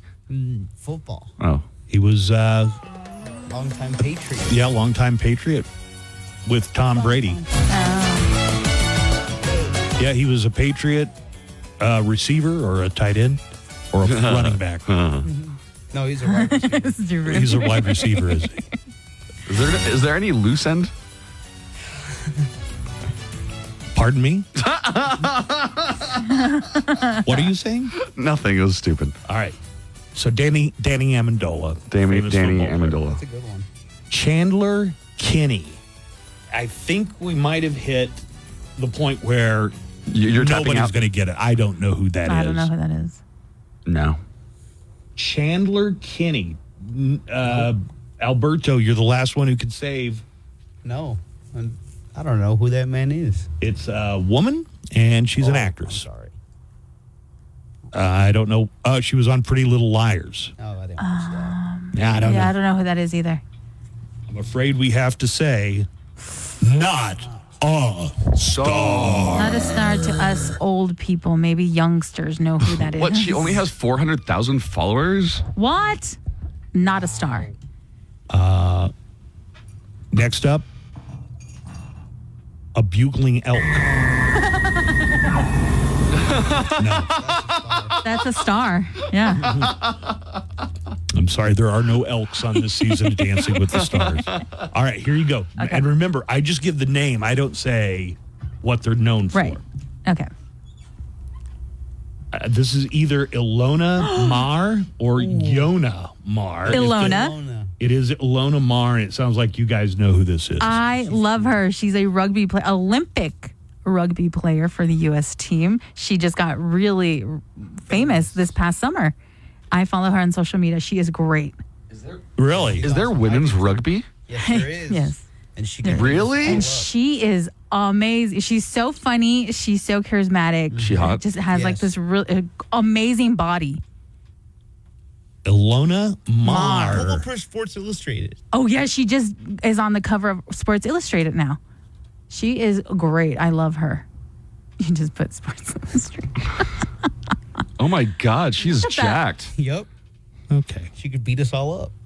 And I think you guys would like it Take if us she all did. She Yeah. could rip it off and throw it into the bushes. And you would like it. Like a gopher. That's a star right there. I love her. I don't think I could have placed it, but Ilona Mar is a star. She's a star. I love her. Ilona Mar, you're a star. Stephen Nedorosik. Stephen Nedorosik. Steven. One more time. Stephen Nedorosik. You don't even. He's not sure if that's the right way. I don't know who that is. Nope. You, I do you do. know? Yes. Is it sports again? Yep. All right. Oh. He was the pommel horse guy for the U.S. team that would take his glasses off, and they compared him to Harry okay. Potter. Yeah, like And Superman. Superman. Superman. They called him Superman. So he's a U.S. pommel horse dude. Okay. Yeah. I saved that one. Okay, yeah, that is a star. Brooks Nader. Brooks.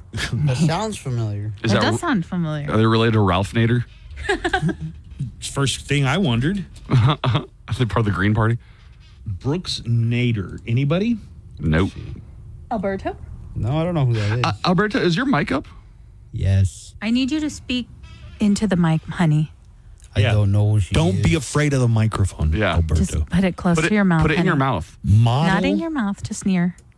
an American model. Oh, she's Brooke Sports Nader. Illustrated swimsuit.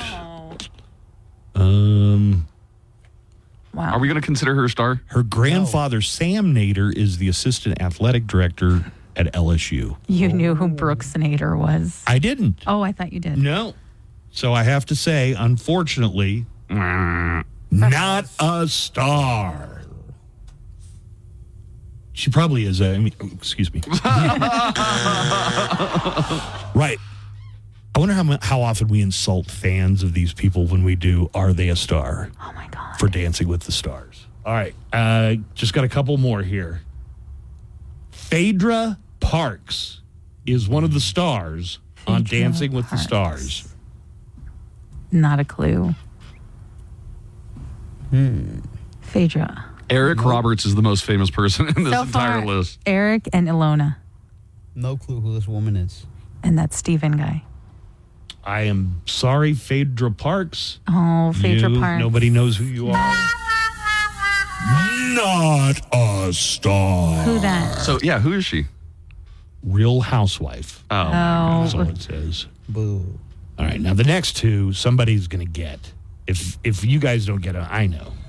Reginald Vell Johnson is going to be on Dancing with the Stars. That's Carl Winslow? Yep. That's right. Carl Winslow. And don't forget, he was the cop that helps John McClane in Die Die Hard. Hard is on in that studio. I had it on. Oh, Not that I was yeah. watching it. Did It was you just on in the background. Yeah, Reginald Vell Johnson. Was that the one where Urkel would come over and bug him and Yes. then he'd kick him out Yes. and stuff? Okay. And Tori Spelling. Oh, Tori Spelling. Yeah, everybody knows who Yeah. Tori Spelling. Oh, she needs this. She has does. been on a downward She spiral really has. since she broke up with Dean McDermott. Living in like a trailer A park. hotel. Oh, yeah. She's She like, needs Wait a this. minute. Wasn't her father Aaron Aaron Spelling, Spelling. who was like, she doesn't have any of his money. why? I have no idea. She spent it all. No, I don't Plastic know. surgery? I am thinking maybe it was mismanaged or something. I but think so, yeah. She ended up living in hotels. Right And now then she was is. living in like a trailer park. Yeah. Oh, man. I wonder if they're going to drag all that out. Yeah. And how do you feel living in a trailer park, Tori? I'm just happy I can dance for my kids. I'm going to dance my heart out tonight. This is season 33 of Dancing with the Stars. Mostly stars. I can't A couple believe we they've didn't got know. Anna Delvey. Not a good one. The whole time she's going to be like, you Paul. You, Paul. Why do you dress like that? Yeah, next season they're going to have David Leonard Wood. They're just Oh, going to God. cast like criminals, I guess, now. Let's Ankle bracelet and all. let's take a break. I got to go to the doctor. You're going to the You doctor. guys still have 2 more hours to go. We still have. I'm going to take one of these zoo beers with me, too. All right. Come back. More of the show on the way. I'll be back tomorrow. Music news, concert updates, song and album factoids, and of course, nothing but El Paso's best rock. Get help from Progressive through the website, app, chat, or phone. Progressive Casualty Insurance Company and Affiliates. The Buzz Adams Morning Show, Monday through Friday, 5 to 10. KLAQ and KLAQ HD1, El Paso, a Town Square media station.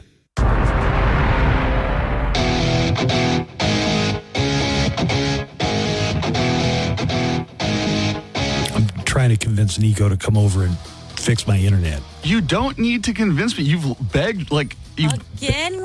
Didn't he already fix it Oh, once? Joanna, I have been on the phone with AT&T representatives more times than I can even remember. Like, It's super important that I get the internet fixed because I found out that my new fancy smart air conditioner only works with a Wi-Fi signal. over the Yeah.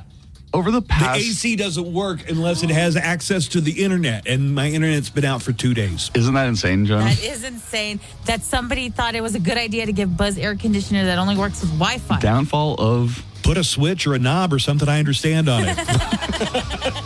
But the reason Buzz hates talking to any customer service or being on the phone. Let me tell. Can I interject here for a second? I spent an hour and a half in this hellish nightmare of talking to a recorded voice, and them. Here's the thing. It was something Kafka would have written. Okay. I can reset on my end. Do you want me to do that? Yes. Okay. If you don't have any other questions. Wait for your internet to be restored. And then I'm like, wait, I do have a question. Then it goes back to the beginning of the menu. I gotta go through the whole thing. What are you calling about? Is it residential or business? I go through the whole thing. I get to that point again, and they're like, I can reboot it on my end. Shall I do that? And I'm like, yes, but what if it doesn't work? I want to ask the voice on the phone. What then? Can I call back and... Why didn't you ask to talk to a person? I did. I said, can I talk to a person? They're all dead. Speak to a representative. He's all yelling. We have taken control, Michael. Hot water heater busted overnight yesterday. Warped the floor. Just busted water heater. Well, so this is the second time. What's happening in your house? Because, Joanna, do you remember one of the first times this happened? He was out of town. And I was house sitting, and it flooded the entire downstairs. Oh, my God. Yeah, I remember that. Yeah. Yeah. The entire downstairs. So it happened again, but this time I was at home, so I could shut off the water source. So I haven't had water. Isn't that lucky before you left for your vacation? Also, I'm planning on going on vacation, and I got to take care of all this stuff. The whole place is falling down around my ears. Oh, is that why you wanted me to stay there? Yes, I want you to stay there. I might have to make appointments with like the HVAC guy or something. God. What is happening at Casa de Buzz? What do you think? What do you think a new water heater runs you in 2024? Dude, I wouldn't even know. Around $4,000. No, like for the full. Oh, it's that big tank one. The big tank. Yeah. Oh, right. That happened to us one time. Let me know if anybody can. Oh, and it gets under the carpet. Oh, then you got to rip that out. And at that point, my parents were just like, "No, we're just getting tile from now on." Mm-hmm. Well, even the tile, it can get under there and mold underneath the tile. Good luck with that, Nico. And he wonders why people think we're a couple. And then he gets mad when the vet refers to you guys as a couple. Yeah. Why'd you even bring me in the first place? Hey, good morning, Mo Show. Hey, Buzz talking about not having internet with AT&T. Go to Spectrum, bro. They're better. I went from AT&T there to Spectrum. But anyway, I want to let you guys know on this internet deal. My daughter bought a car Monday at, I guess it was VW over here on the east side. And it's still Thursday, and I guess their systems are down. They can't print anything up. Yeah. And she hasn't gotten her brand new car, so I don't know. I don't know what's going on with the world. See you. Bye. That's from that attack that I mentioned yesterday, Buzz. Oh, on the car dealership? Yeah. So he's referencing the thing that was your news story yesterday? Yeah. Oh, that's kind of interesting. Yeah, that is interesting. Was it only local? No, it was like nationwide. It's this one service. Nationwide is on your side. It's this one service that a lot of car dealerships use, CDK, and it was hacked back to back. So a lot of is it ransomware right now, or like are they not going to fix it for them unless they give them money, or is it just kind it's of a ransom thing? It is, and they were hacked one day right after the other. Oh, that's crazy. So they're all having to resort to like we have your car, right? We just can't print out the papers needed. We have someone in the app chat who says he works for one of the dealerships that was hacked, and they're like, "This is taking forever to get fixed." Oh, I got another one for you. I also had to go and get my new sticker. I go to the express titling place. This is what grinds my gears. So I'm in the line. There's like 9 people in line, and for some reason I went when everybody who's over 80 goes, and I swear to God there were 2 different Which customers. means you went when you should have gone. They just wanted to talk. Like, instead of getting their thing done, they're telling them about their grandchildren. I noticed that a lot of older people, like, the second they get a chance, they just want to talk to someone. And I'm like, look, can you guys not see this line of people waiting? There were only 2 I'm just asking polite tellers or whatever. Then when I get up there, it's like $90 if you do it through a titling service like that, right? So I do it, and then as I'm paying, she says, "Oh, and can you also write down your phone number?" So without even thinking, I start writing down my phone number. Then I go, "Wait a minute, why?" And she goes, "That's just something new they told us to start doing." And I said, "Why?" And she said, "In case there's any problem." And I said, "What kind of problem?" It comes down to, I think, what they're doing now is bundling their customers and selling the information. And I was like, can I take back my number? And do I have to do it? Because it sounds like I'm just signing up for a bunch of phone calls. Everybody is going to know, hey, this guy in El Paso has a car. Let's just flood him with spam about cars and crap. Joanna, why is my life so amusing to you? It's about to make me cry. Because you're like almost 60 and you've never learned to adult. Is this what I have to look forward to? And he gets mad at us because we don't know like a lot of things. Yeah. You're not Who's adults the one either. fixing Who's your- the one 60? And yeah. I'm not birthday, 60. by the way. I'm not 60. Happy 60th birthday. That is not Is even today close. his birthday? Today is. Did you not see the beautiful balloons? Iris insisted on posting. Wait, you and Grizz have the same birthday? It's also Grizz's birthday. Oh, happy birthday, buddy. Grizz and Buzz. Isn't that crazy? Both end with Z's. Let's not give him any ideas. Chuck E. Cheese for my birthday. Chuck E. Cheese for my birthday. And I hear there will be cake. There will be cake. For my birthday. Chuck E. Cheese. Derek just sent us email saying Buzz needs to hire me as his personal assistant. I'll be his Friday. Here's the thing, Derek. I've been his personal assistant for almost 10 years now. You've been his girl Friday for years now. And he hasn't paid me at all for it. It's just because I'm his friend. Pleasure of my company. And you're not, hey, listen, but you're not even handy. Yes, I am. What do you mean? You're not handy, like you couldn't go over and fix the water cooler or the water heater. No, like I couldn't do that. But look who's going to call someone to go fix it for you. Also, because I don't want to like cause more damage to things, but like I put That's my policy. I put up like anything I try to fix gets broken worse. I've painted an entire room in your house. I like put up in masonry. I didn't ask you to do that. I put up in masonry your dartboard and different things around the house. Like I know how to use it. Good morning show. It's Miguel. Listening to Buzz talk about his water heater. I just got mine replaced beginning of this year, I think it was. Okay. And yeah, it's going to run you over $1,000, obviously, but I was quoted somewhere around $4,000. Yep, somebody's getting. You can save a little money if you just get the right tech to install it for you, which I do have. Oh. I ended up paying like $1,200 for the removal, replacement, and it was running like a champ now, and no more hot water issues.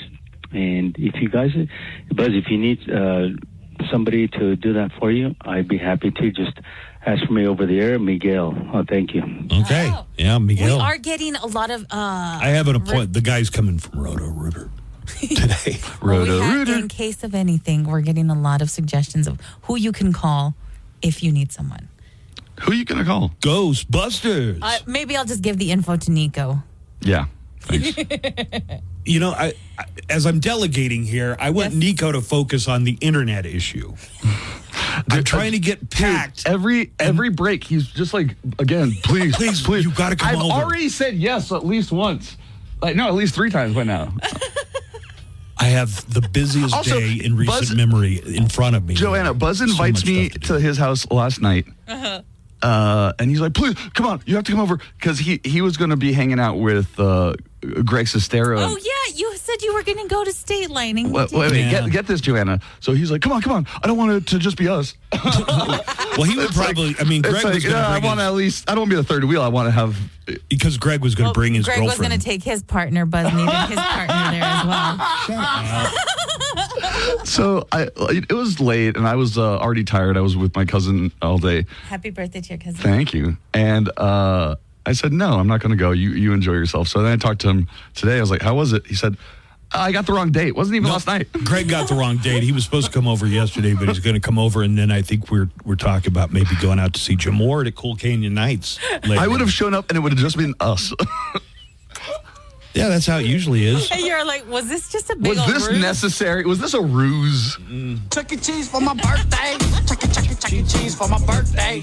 Chuck E. Cheese for my birthday. People in the fan chat are asking what I was going to ask you. Why don't you just go tankless? You got the little... Someone in the app chat said that, and water I thought heater. they were crazy. There's a tankless water heater. Yeah, but I thought they're more expensive.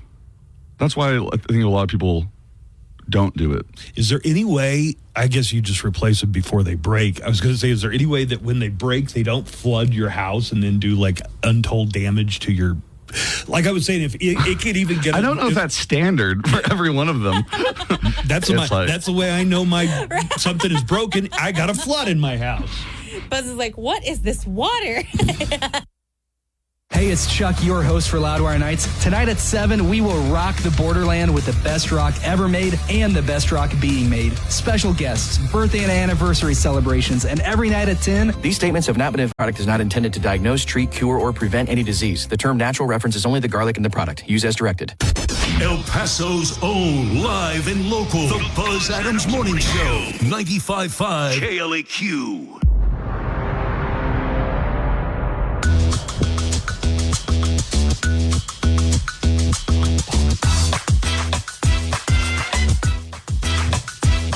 We are back with the Buzz Adams Morning Show. Buzz had to leave for his medical procedure. Quote, unquote. We did play a best of clip, but just so that we could get rearranged, Nico and I have now joined Alberto in the KLEQ studio. Woo! Nico is having some trouble signing back into his computer because he forgot his password. I'm not turning into So, Buzz. I we all- swear I'm not. And then there's like no other option for you to be able to just get a code or something to your phone. I know, right? It's making you do it with the password. Like, I'm having to do every combination I know possible of this one password. We are live on Instagram right now. We were live for when Joe from the zoo came in with the spider. How are snake. you feeling? I touched a snake. It was a personal triumph. So Did they feel weird? it felt silky a little smooth. weird. Yeah, that's so not silky smooth. slimy like I thought it would. What did concern me though was I did think I want to put it on my arm to let it like wrap around. Should've. But then I saw Joe wearing a glove. And I'm like, why is he wearing a glove? Should I be wearing a glove? And then I just didn't want to do it anymore. Alberto, did you touch anything? The snake, the frog, the spider? I got away scot-free. Do any of those scare you though? All of them. Yeah? They all scare you? Yeah, I mean, except the frogs. Frogs or The whatever. frog was but cute. Yeah, the blue one especially. It was He real cool. cute. But snakes and spiders, no thanks. The spiders were hairy. Like hairy. Yeah, no. What do you mean spiders? It was It was one two. spider. I thought No, it it was two. wasn't. No, the other one was It was just its skin. It shed its He got skin, us. Alberto. Have you ever seen those videos where the spiders are shedding Yeah, they vibrate kind of. and they kind of They're like- go into a seizure? Yeah.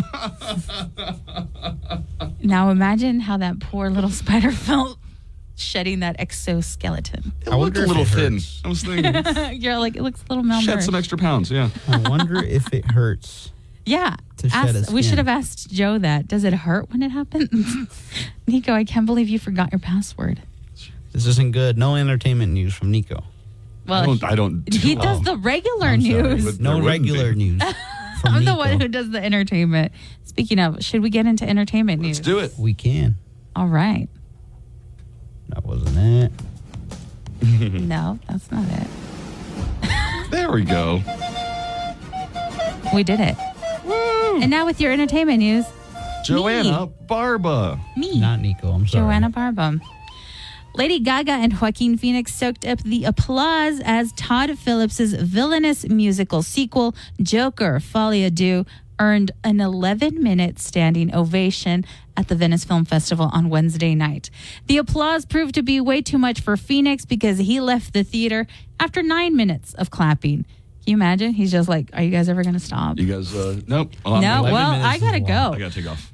Folle à Deux is the follow-up to Phillips' 2019 film Joker, which also premiered at Venice and won the Fest's prestigious Golden Lion Award. It went on to become the 6th highest-grossing film of the year and won the Academy Awards for Best Actor, Performance, and Original Score.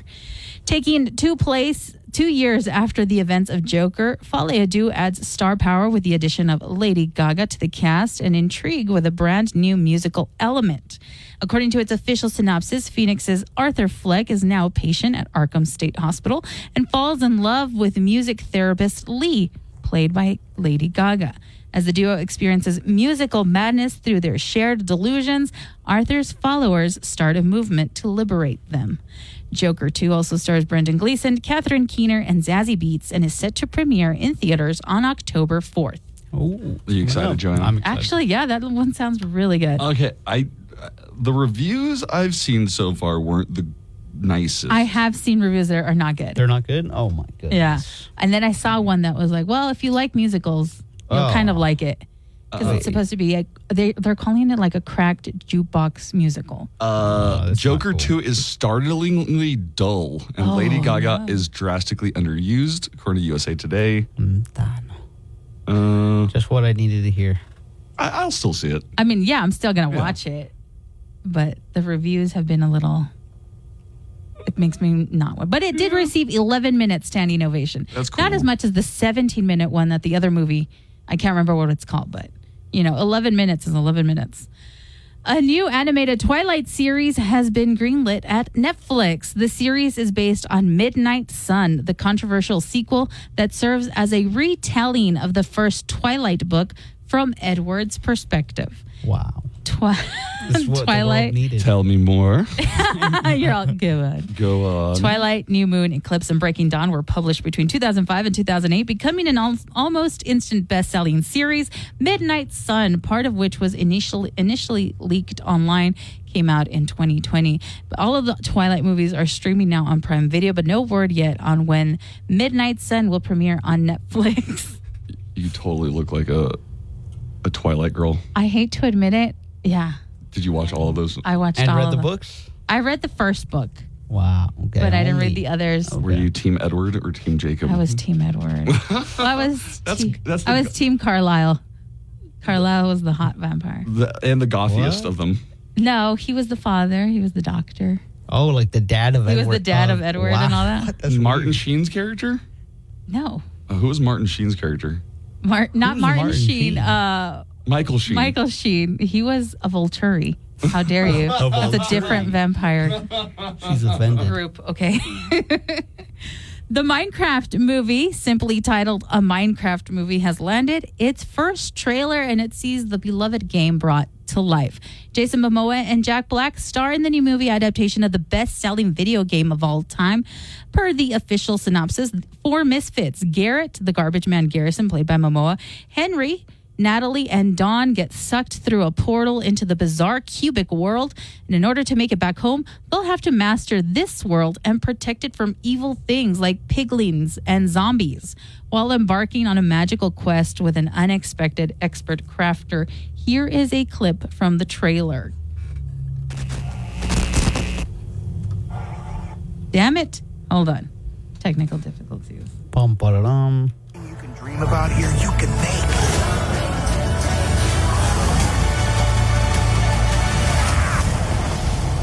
Who are you? I am Steve. Who is Steve supposed to be? He's the main character of Minecraft. Oh, okay. He's like the main, like the guy you spawn into the game dressed as. He's like wears like jeans and a blue shirt.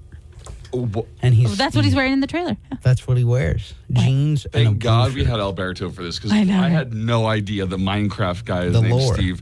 God, The lore. My nephews play Minecraft, but you didn't play it. no, I don't get what it's about at all. Yeah, you just build? They're just building things. It's Yeah. Legos, virtual Legos. Virtual Kind of, Legos. yeah. It's like you come in, like if it's survival, you get into a world and you have to build your own world, pretty much. All I know is that my nephew's always like, I killed another pig or something. Yeah. And he's all, I needed it. And I'm all, what is need wrong to, like, with you? You need to eat food or you get hungry. Okay. So and you don't regen health. Oh, interesting. So yeah, you need to kill animals. Oh my God. Chickens and pigs and cows. And I hear every now and then like a chicken. Yeah. And they're gaming them. What like, the hell? Is this Farmville? The upcoming movie also stars Jennifer Coolidge, Kate McKinnon, and Jermaine Clement. A Minecraft movie will be released in theaters on April 4th, 2025. Finally, Netflix's recent edition, The Deliverance, is stirring up intense emotions among its viewers, with some calling for the movie to be axed from the streaming service. The supernatural horror film has captivated certain audiences with its story of a real-life haunting occurrence, which others have deemed it too disturbing to finish. In the film, Andra Day stars as Ebony Jackson, an alcoholic mother struggling to build a new life with their new home, only to confront unsettling happenings that suggest they're living in a portal to hell itself. Acting heavyweight Glenn Close appears as Ebony's devoutly religious mother, but now fans have shared their disappointing reviews, with some begging Netflix to just take the movie off, and they're not paying for Netflix anymore. An individual shared their journey from anticipation to delusionment, stating, quote, "I was anxious to see the movie, but I stopped halfway through, and that movie is the most demonic, depressing movie I've ever watched." Have you guys heard of this movie? Deliverance? The Deliverance. No, but we should have a Kaylee Q The Deliverance watch party. A watch party.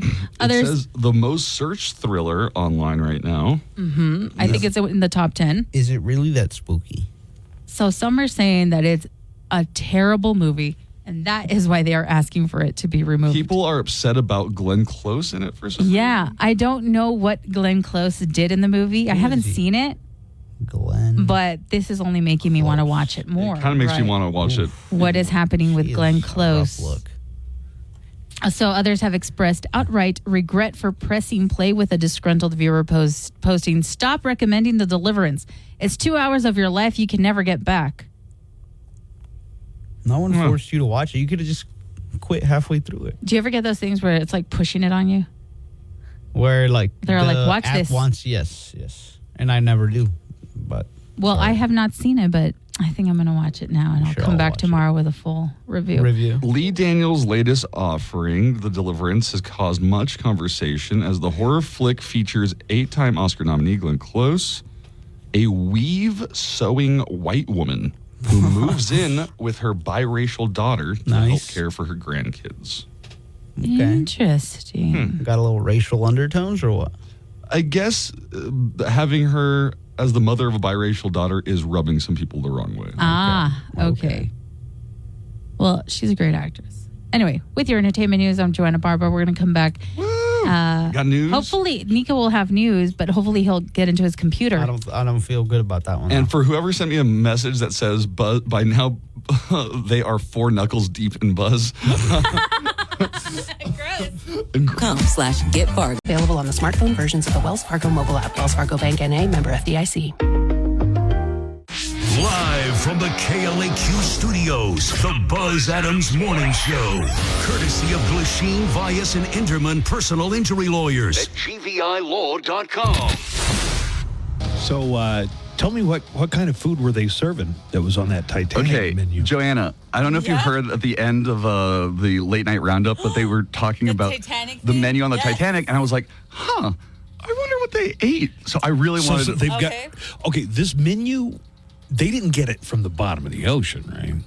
Like the diamond at the bottom. You know what? I'm not reading the story that much. It looks kind of dirty, but it does not look like it's been wet. They did that thing that they did in the movie Titanic with the picture and the water and all that. All right. That's how they got the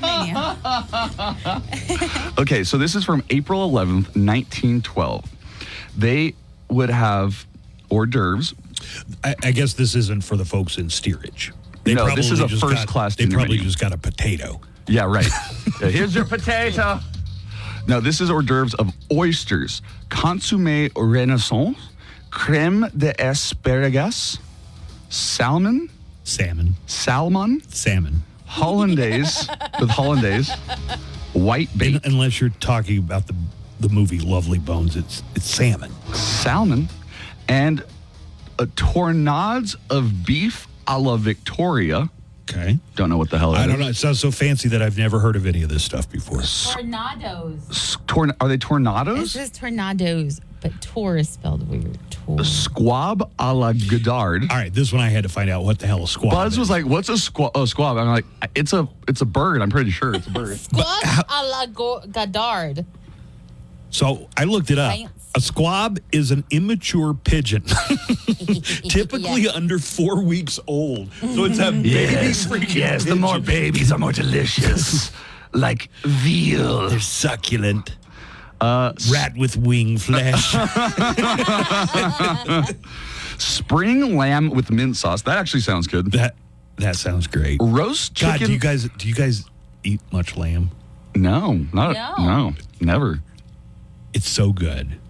It doesn't seem like what place here in town just has lamb on its menu normally? They sell it at Albertsons in the butcher. Is it? Yeah, sure. Oh, wow. You get it I there. thought I had to go to the farm. It's so tender and juicy and delicious, but it's a baby sheep. So I know some people are What like, is? a lamb? You didn't know that a lamb is a baby sheep? Why are you looking at me like this? This is a common word, That's a why lamb. they're so famous during Easter. I thought it was just a Baby different type of chickens, sheep. baby No. lamb, It's a baby. sheep. A lamb is definitely a juvenile sheep. Beef tornado sounds So is it good. like succulent because it's young? So good. You can literally taste the adrenochrome. What? Okay, this is roast chicken with bread sauce. Can you make sauce out of bread? God, I'm thinking back. This stuff. Do you think it was like super, super delicious? I bet it was pretty good. I bet back then it was like super good. All of the ingredients would have been 100% GMO free. Now, No. Well, yeah, I guess so. Well, yeah. no, not really. 'cause- Everything would have been probably very well. No, 'cause I was the- going to say very fresh, but they were on like a week-long cruise liner. cruise, so you know, it couldn't have been that fresh, right? French ice cream. Okay, yeah. Before we get to the desserts, Oh, I'm sorry. sirloin of beef with horseradish cream, green peas. That was the first Arby's sandwich ever. So they had the meat. So they don't have really good sides. The sides do not sound good. What are the sides? Green peas, I like green peas. puree of parsnips, Yeah, I might pass on that. boiled rice. At some point, I'm like, what are they doing down in Steerage? Like, I can hear them dancing and all the music down there. Right. What are they eating? I want to know. Yeah, see, this doesn't impress me. What are the other ones eating? I want to see that menu. It's one line. Derek, when I eat lamb, I feel like I'm in the Roman Empire. Full circle, Derek. Full circle Okay. right there. Anna and boiled new potatoes, mallard duck with a port wine sauce. I don't think I've ever had duck in my life. Have you? Yeah, super greasy. Greasy. A bit gamey. Very greasy. Very greasy. I have actually had pigeon. Yeah, I told you that I used to hunt pigeon with my friend in the Upper Valley with our airsoft rifles, and then we would de-breast them ourselves. And you'd eat the pigeons? Yeah. Nico's first time with a breast. I cannot imagine you ever Nice, doing Jonah. anything like that. That Buzz guarantees that I didn't do that. I'm like, yes, I did. Why would you de-breast them? Because that's all you eat from the pigeon is the breast. Oh, don't you would eat them. Yeah. I'm sorry. What else would you do with it? I don't know. Weirdos. What are you doing hunting pigeons over there? We're just killing them for Maybe you're for like sport. maybe you were like a young Dahmer. You're not the first person to mention that. You just need the glasses. Victoria pudding, apricot bordelais, Okay. petit mocha, maca. I don't know what that is, and French ice cream. Petis. I think I have like a peasant's palate. You do. Like the stuff I eat is just like a lot of fast food, just garbage. Okay, not just that, but like there's a whole branch of philosophy that deals with beauty. It's called aesthetics. It's how you look at things, and can you see paintings in a nice way, or appreciate music in a nice way, or eat food and appreciate all the nice things about it. I'm much more functional. You are all about function. And like, does it do what I want? Does it fill my stomach? Is that all I need? You are like a fan of Norman Rockwell paintings, aren't you? I love Norman Rockwell paintings. He might be my favorite artist. You're like, there's no abstract pictures. It's a family. Jackson Pollock. No Jackson. He hates Jackson Pollock. Do you? I could spill a bucket of paint in my garage. If somebody put a he doesn't palette understand underneath it, I'd have $1 million painting. He has no idea why people would find that beautiful for some reason. Some people do. Well, that's the whole part of aesthetics is, Buzz has none of that sense.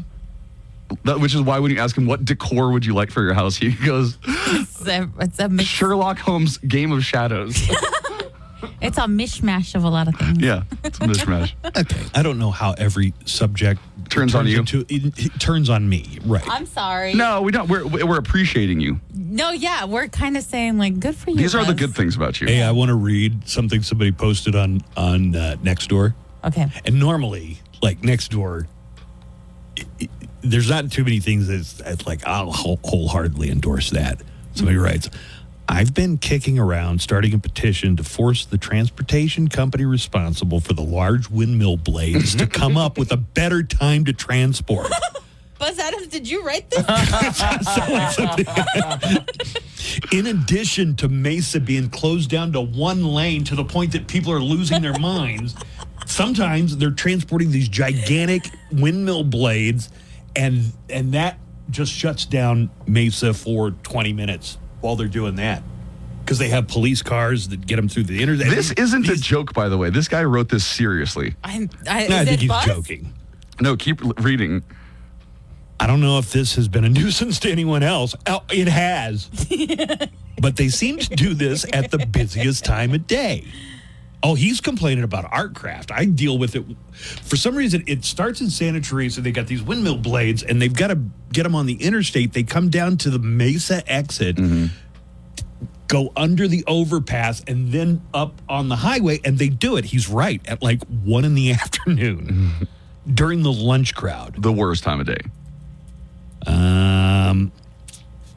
Also, he says that those transporters cause damage to the medians and sidewalks because it's such a big, and they turn over them. This, along with the I-10 construction, which, by the way, was improved only a few years ago and has already proven to be botched and requires a redo. Is that true? Causes traffic mayhem. Yeah, whatever's going on I-10 is a whole other headache. I think people on the east side, northeast, anywhere else can probably relate because they probably got all kinds of screwed up programs going, I like how you never go to the east side enough to just be like, yeah, I'm sure there's some traffic. No, I deal with what I have to deal with, which is the west side. No, the east side. Just trying to get an idea how many would sign the petition. Well, 9 people have liked the post, so let me add mine on there too. No, I think traffic and construction is a universal problem all the way around. You mean like in every city? And not just in every city, in every part of this city. In the Northeast, I know there's a lot of construction going on. I closed out the Nextdoor thing, but one of the guys that said is, in Phoenix, they do all of this kind of transportation at night when there's not as much traffic out there. So I guess I agree with him from that perspective. Also, okay, I was going to ask you about Nextdoor, the app. This is the app that you... A lot of it's like, hey, there's suspicious looking... Okay, thank you. The suspicious looking minority in our neighborhood. Buzz showed me like some from the Halloween ones and how mad some people were on Halloween because they were taking all the candy. Right, that's funny. Wait, that the migrants were taking the candy? No, like the trick-or-treaters were taking all the candy. So it was people that were sharing their doorbell app on Halloween night, and it's like kids coming in and just they'd left the candy out, and you're supposed to take one, and some kids would take the whole thing. You never trust kids to self-regulate. No. On Halloween, they're like kids in a candy store. They can't help themselves. Okay, so this Nextdoor app where neighbors can post all the suspicions and they can just post what they see. A lot of it is just like snoopy, gossipy, my mom, neighborhood gossip. My mother. It's amazing. My mother. Melinda, my good friend, yes. Yes, your good friend Melinda. She will not stop haranguing me about this Nextdoor app, and she goes, "You should see what they're writing about near that where I live." And she goes, "Make sure all your doors are locked, and all this and this and this and this." Oh, because I guess like somebody walked up. A lot of them are like, "My doorbell app caught this guy coming to our door." My question is this: I pose this to her. Probably a salesman or something. Do you not think you're more paranoid because you're reading all of these things from everybody else? So if you don't know, Nextdoor, you put in your address and it's like all the gossip in your neighborhood, right? It's all the cheese. But do you not think that you are making yourself more suspicious by reading other people's suspicions? Yeah, because at one point, my next door was all about this one dog that was pooping in everyone's yards. And every time I saw a dog, I'm like, I bet it's that dog. Right there. Now you're hyped up on it. There's so many pictures of poop on Nextdoor. so many photographs of Do poop. you recognize this cat? Is it dog, bear, or human? And then the other day, they were like, it striked again. The poopers striked again. Nextdoor is like TikTok for Karens. Yeah.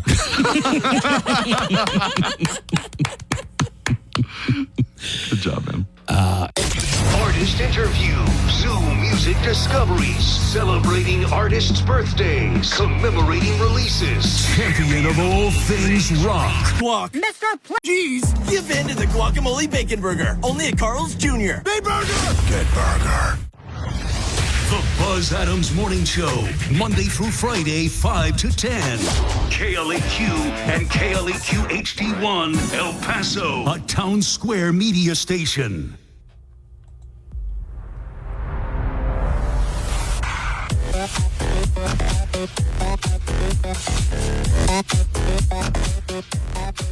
The Buzz Adams Morning Show. We are back. I would say it's the millennial takeover. That's what we used to call it. But I think Alberto is not a millennial. Alberto Oh, yes, I am. is Yes, I a am. Zoomer. No. You're a no, little... I'm A zillennial? No, I'm not. A zaddy? I'm a millennial like y'all.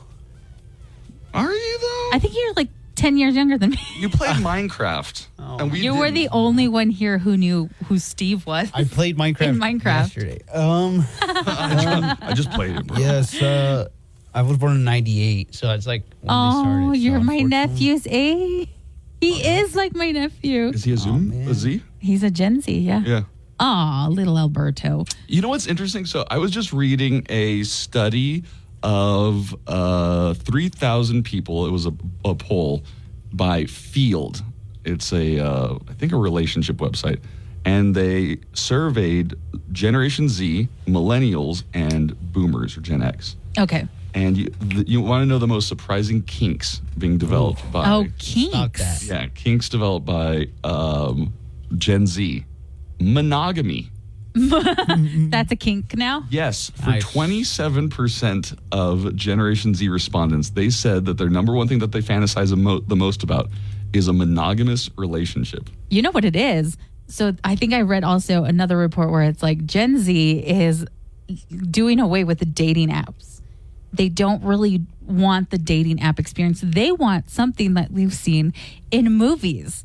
So they want to meet somebody naturally, like at a bar or at a cooking lesson, something like that. That's interesting. So they're not really using dating apps. So they're probably just seeing things like in movies, on TV, and they're probably thinking like, yeah, monogamy is a kink now. Well, it's interesting that you say that because the whole premise was that people really seem to want what they don't have. So Monogamy. Well, exactly. Okay, so because Gen Z, they were also the ones to respond. They were the loneliest. Well, yeah, So the they pandemic kind of fantasize. hit just as they were probably starting to like really start dating. They The dating fantasize world, right. about having one person to be with because they are so lonely. And then millennials are the most into ethical non-monogamy or open relationships. So I think I've also read one where it's like millennials are more into like the hookup culture. And then boomers into friends with benefits. Oh, and that is where all those movie tropes come in. But it's interesting because boomers are the ones who are the most married. So they just want to. They're just sleeping Yeah, around. you guys are already married. It's all about what you don't have. Look, I'm not gonna lie. Like single guys never shoot their shot, but them dudes Married guys. with wives, girlfriends, children, Married empty guys, that they clip, empty the clip, yeah. so much. But yeah, that is an interesting Yeah, story. right. Dating with Gen Z is, I think, really weird because I'm starting to see it now in my nephew. Alberto. He's dating Alberto. My nephew was dating someone. And then he got ghosted, but my mom didn't know what the Ghosted, term what, was. So she was like, he's being haunted. Is it I'm all- Peanut? It was Peanut, yeah. Peanut's being haunted. And I'm all, what? Not Peanut. He is ghosted. And she's all, I'm all, what do you mean he's being haunted? And my mom's like, you They know. ghosted him. the Your mom girl- doesn't really have an accent, right? No, she doesn't. Yeah, that's why she I don't- doesn't. Haunted? How is he haunted? And I'm like, what are you saying? And she's all, the girl he was seeing disappeared. Oh, And I'm you all, mean ghosted? Ghosted, mom. Disappeared. And she's like, esa chingadera. I don't know. So Buzz is getting a procedure done. A medical procedure. A medical procedure. We don't know the specifics of the. We don't do want to know the specifics. specifics, you know? We do know the specifics. We don't know the specifics. We don't want to, though. So there's that. But I love how everybody has been calling in or leaving necklines. And I wonder if I can play the necklines. You could, yeah. I have it in my spam folder. Not that the neckline calls are spam, but just because I needed it to not be in my regular email. Am I potted up, Alberto? You are now. Oh, no. You know what? It's this. Ba-dum-bum-bum-bum-ba-dum-bum. Nika's using my computer because he still can't figure out his password. I'm slowly turning into Buzz Adams. Hey, morning show. Right about now, Buzz has left for his colonoscopy in about 10, 20 minutes ago. Doctor's probably about 2 or 3 knuckles deep, so when he comes back tomorrow, just make sure you give him a big hug, all right, guys? Big hug. We got to get him like a pillow. He's coming tomorrow. One of those donut pillows. Like for Do they give hemorrhoids? you- yeah, for hemorrhoids, Okay. but you know. We have a very complimentary call about Buzz and his colonoscopy. Oh, man, Buzz, I was trying to leave this call before you left, dude. I didn't think you were going to go in today. I really didn't. But, hey, man, you showed up. And honestly, that speaks a lot of volumes about how much you care about your show. I know you don't speak too great about Town Square Media. Well, none of you do, really. But I know you love your show. You love what you do. And like I said, man, that just speaks wonders about yourself to actually go into work the day you have a colonoscopy, because I don't think I've ever met anybody who goes to work the day they have a colonoscopy. He's a warrior. Yeah, total warrior. Sorry, he's a warrior. And a pain in the butt, but thank God there'll be something else that's a pain in the butt starting tomorrow. Tonight, right now. Okay, Joanna, this is a stoner guy. Okay. And he said something I just didn't even imagine. Yo. So me and my wife have been watching Pirates of the Caribbean again. And, going all the way back to the first one. And it's a really good movie. It holds up. But I reminded her, I was like, yo, you know that this is a book. And she's like, oh, really? And I was like, yeah, it kind of makes me want to read it. But then I don't want to be one of those people that is like, the book is so much better than the movie. And then it made me think of Joanna's nerd voice. But y'all have a good one. Stoner guy out. The book is so much better than the movie. There you go, Joanna. I don't think Pirates of the Caribbean is a book. I don't know if I've ever heard it was a book. Yeah, Stoner Guy, I'm so sorry. I'm pretty sure it's a ride at Disneyland that it's entirely based upon. But where did the ride idea come from? I think it from Treasure Island. It probably. Now that's a There we book by go. Robert Louis Stevenson for sure. But the more impressive part that I'm totally flabbergasted by, Joanna. What's that? Stoner Guy is married. That's the part that shocked you the That's most. how I shook He's it. got a wife. Stoner Guy, I don't need you to be watching Pirates of the Caribbean. I need you to continue searching for the movie you said you Right. saw that none of us can figure out. Get your wife to figure it out. So he has a Reddit thread. So on Reddit, you can go and ask like, hey, I saw this one movie one time, but I don't know the name of it. And you describe it, and people will then message and be like, oh, well, it could be this. He's got like 2 people on there. I need that Reddit thread to gain some momentum. What's the movie about? So I think he says that what he remembers from it is that it's people coming not back to life, but they're like in the afterlife, and they can see other dead people. And the one scene that has stuck with him is one where they're like at a crematorium or something, and they can hear someone screaming, and one of the dead guys is all like, I told her not to get cremated. And so people were like, it might be a fever dream of his at this point. We're not sure. And then at one point, he reveals to us that he's all, maybe I just made it all up and it didn't really happen. His name is Stoner Guy for a reason. That's true. But I have been stuck on what movie is this? And then people like called in, messaged in with their recommendations. Maybe it's a movie with Christina Ricci and Liam Neeson. Maybe it's something else. And all of them have been a no from Stoner Guy. Oh. So stop watching Pirates of the Caribbean and get to studying what movie you watched that one time. Get back to it. No, let's go back to he has a wife. So see, doesn't he sound like he's super young? He does. I think he's like our age. Yeah. Which is weird because we're not you guys married. Not super young or what? No, it's just weird that I feel young. Sometimes I feel like other people are married. Other people are married and they're younger than marry me. Each other. That's weird. No, like they're younger than me. I think we have a plan. Like if we're not married in 5 years, yeah. 5 years, not bad. 5 or 10 years. We'll It's a be married pact each we other. made. 5 or 10? I Because don't know. It was either 5 or 10. One of them involves Buzz too. So Yeah. We just decided to live with Buzz. We'll live with. we'll be a throuple if none of us can get a relationship. Which is in 10 fine years. with me because that dude's rich. So. Hey, you want to do some news? Yeah. Or do we have to hit any breaks? Oh, yeah. No, we don't? No. Oh, no breaks. Not Great. yet. Oh, perfect. Okay, so we can go Forget, straight I'm into not the 9? producing. Mhm. Yeah. So hit it with some news. All right. Do I have a news intro at all? God, you know what? You don't. Sure, we'll do good news, bad news. That's the good news, bad That's news. fine. I'm You know, sorry, guys. good news, I'm bad news is sorry. fine because it's pretty much news. So That's a good point. Some of it will be good, some of it will be bad.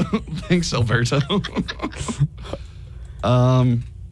Well, let's get into the news, Good guys. morning, Nico and Jimmy. Good morning, Joanna. Good morning, Alberto. Well, we've got to talk about the terrible tragedy at Appalachia High School in Winder, Georgia yesterday, where 2 teachers and 2 students were killed by a lone gunman who also sent 9 other people with injuries to the hospital. At a press conference, Georgia Bureau of Investigation Director Chris Hosey identified the shooter. The shooter is in custody. His name is Colt. That's Colt Gray. He is a 14-year-old student here at the high school. He will be charged with murder and he will be tried as an adult. Late yesterday, authorities also identified the 4 victims killed in the shooting. Richard Aspinwall, a 39-year-old math teacher, and he was the defensive coordinator for the school's football team. Christina Irmi, a 53-year-old math teacher. And Mason Shermanhorn, a 14-year-old student, and Christian Anguelo, another 14-year-old as well. Here is Georgia Bureau of Investigation Director again, Chris Hosey, talking about how nobody else was involved. There's no evidence to report that any additional shooter was involved in this incident today. Investigators are actively pursuing, however, any leads of any potential associates of the shooter that was involved in this incident. So Hosey said the suspect used an AR platform style weapon, which Smith said they didn't yet know how he got or brought into the school. Despite rumors that circulated among people in the community, Hosey said there was no evidence that there was a list of schools that were being targeted for attacks. Now, an interesting wrinkle in the story, the sheriff office in Jackson County, Georgia, said they had prior contact with the suspect in May of 2023 in relation to a possible school shooting threat, according to the Atlanta office of the FBI. He was talked to after several anonymous tips about online threats to commit a school shooting were received, and they located Gray with the help of the sheriff's department and interviewed him and his father back then. Gray denied making the online threats, and law enforcement had no probable cause to to arrest him At that one time. at that time Dang. last year. Well, here is again Georgia Bureau of Investigation Director Chris Hosey saying that there had been a misunderstanding or misidentification of another student earlier, and that has been cleared up. The individual that we have arrested and will be charged with this, his name is Colt Gray.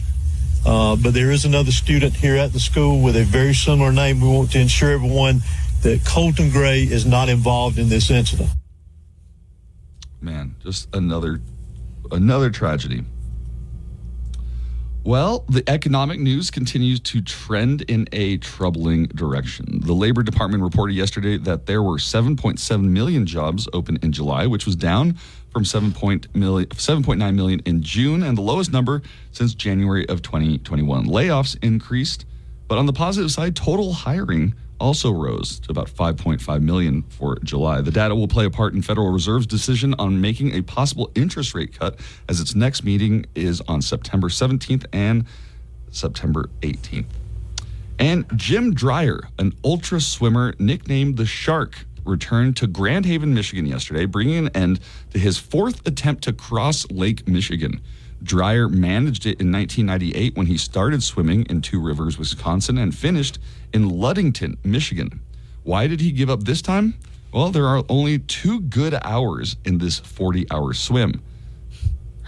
Towing a small 250-pound boat loaded with supplies for a self-sufficient swim probably didn't help. Yikes. Yeah, Imagine just tying a boat to your leg with a, with a rope. And you're like, well, I'm going to just start swimming. Go. The U.S. Defense Department said in a statement yesterday that it is aware of a U.S. Navy sailor who's been detained in Venezuela. The Navy is working with the State Department to look into the situation. Officials say the sailor had traveled to the country on personal business. The U.S. freed a close ally of President Nicolas Maduro in exchange for the release of 10 Americans imprisoned in Venezuela. And President Joe Biden hinted at the move recently, but the White House is now signaling that it's open to blocking the sale of U.S. steel to Nippon Steel. A review of the deal by the Committee on Foreign Investment in the United States is expected to finish this month, and a White House official told the Associated Press that Biden is waiting on the official recommendation before making any official decision. In a rare show of unity, both Vice President Kamala Harris and former President Donald Trump have also said they oppose the deal and would see it blocked. Yay for unity. What? No unity there? No, I like the way you wait. Yay.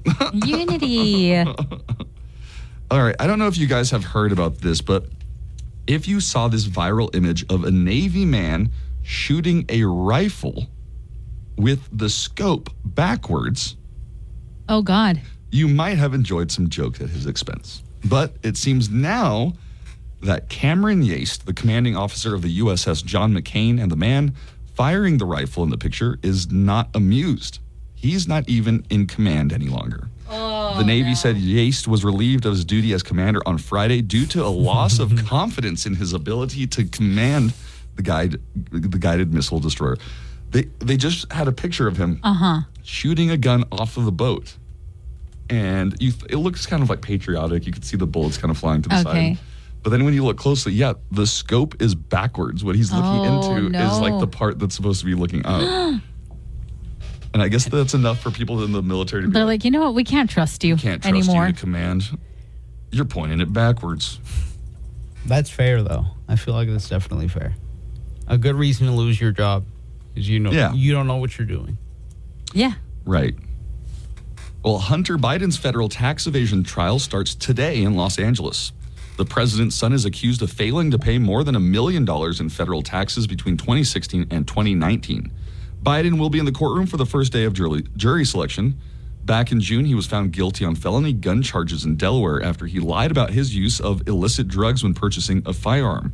It marked the first time a sitting U.S. president's child was convicted of crime. And now that summer is about to be over, many people have the blues. They're called the end of summer blues.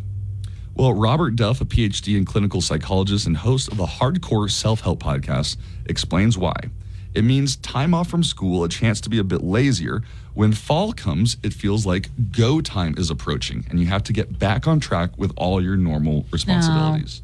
Well, here are some steps he and others recommend to ditch those summer blues. Okay.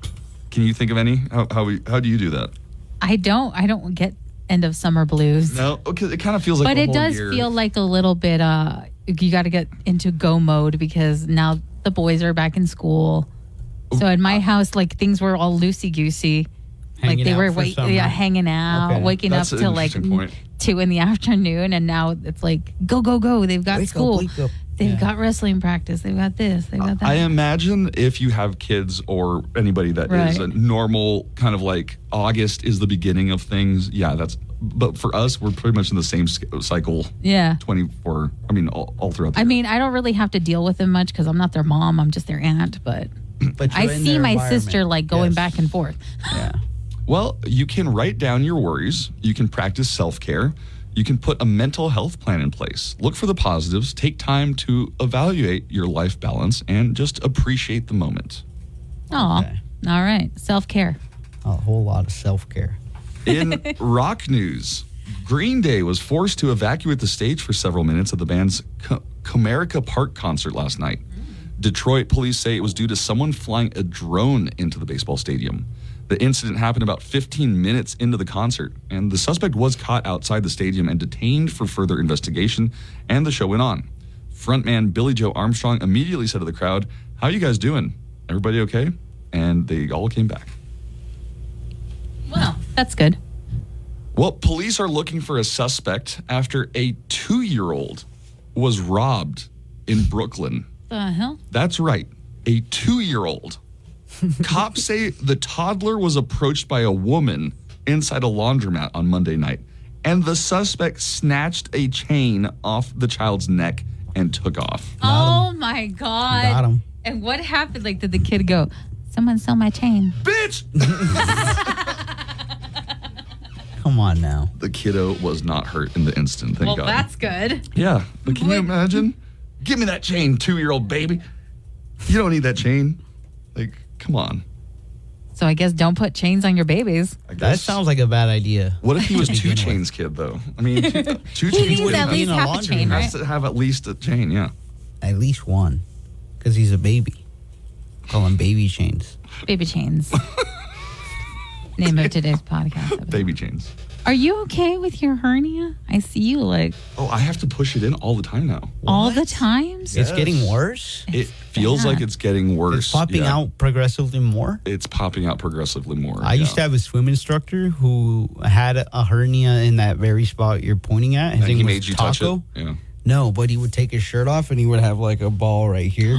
Do you And have like a ball? Yeah, we'd be like, oh. Take your shirt off. Joanna. Let me see. Joanna. Does it Mucha pop out? ropa. I'm just kidding. Sir, You we wanna have a push couple Take off loose your dollars pineapple in here for shirt. you. Put, here, push it, and then you. Oh, Did it pop? No, but it feels weird. Yeah. You got a ball there or something? It pops. Ugh. You Well, guys wearing a pineapple shirt. Yeah, Buzz said I'm into my swinger era. Oh, that There you reminds me. are. I've got a A swinger tidbit? a swinger tidbit. Yeah, What's it about? we'll finish after the news. Well, speaking of health, Jamie Foxx is ready to talk about his health scare. Oh, good. Only in a one-man show. He took to Instagram to announce One More Chance, an evening with Jamie Foxx, which is his one-man show about the incident. He started the post with, "What had happened was..."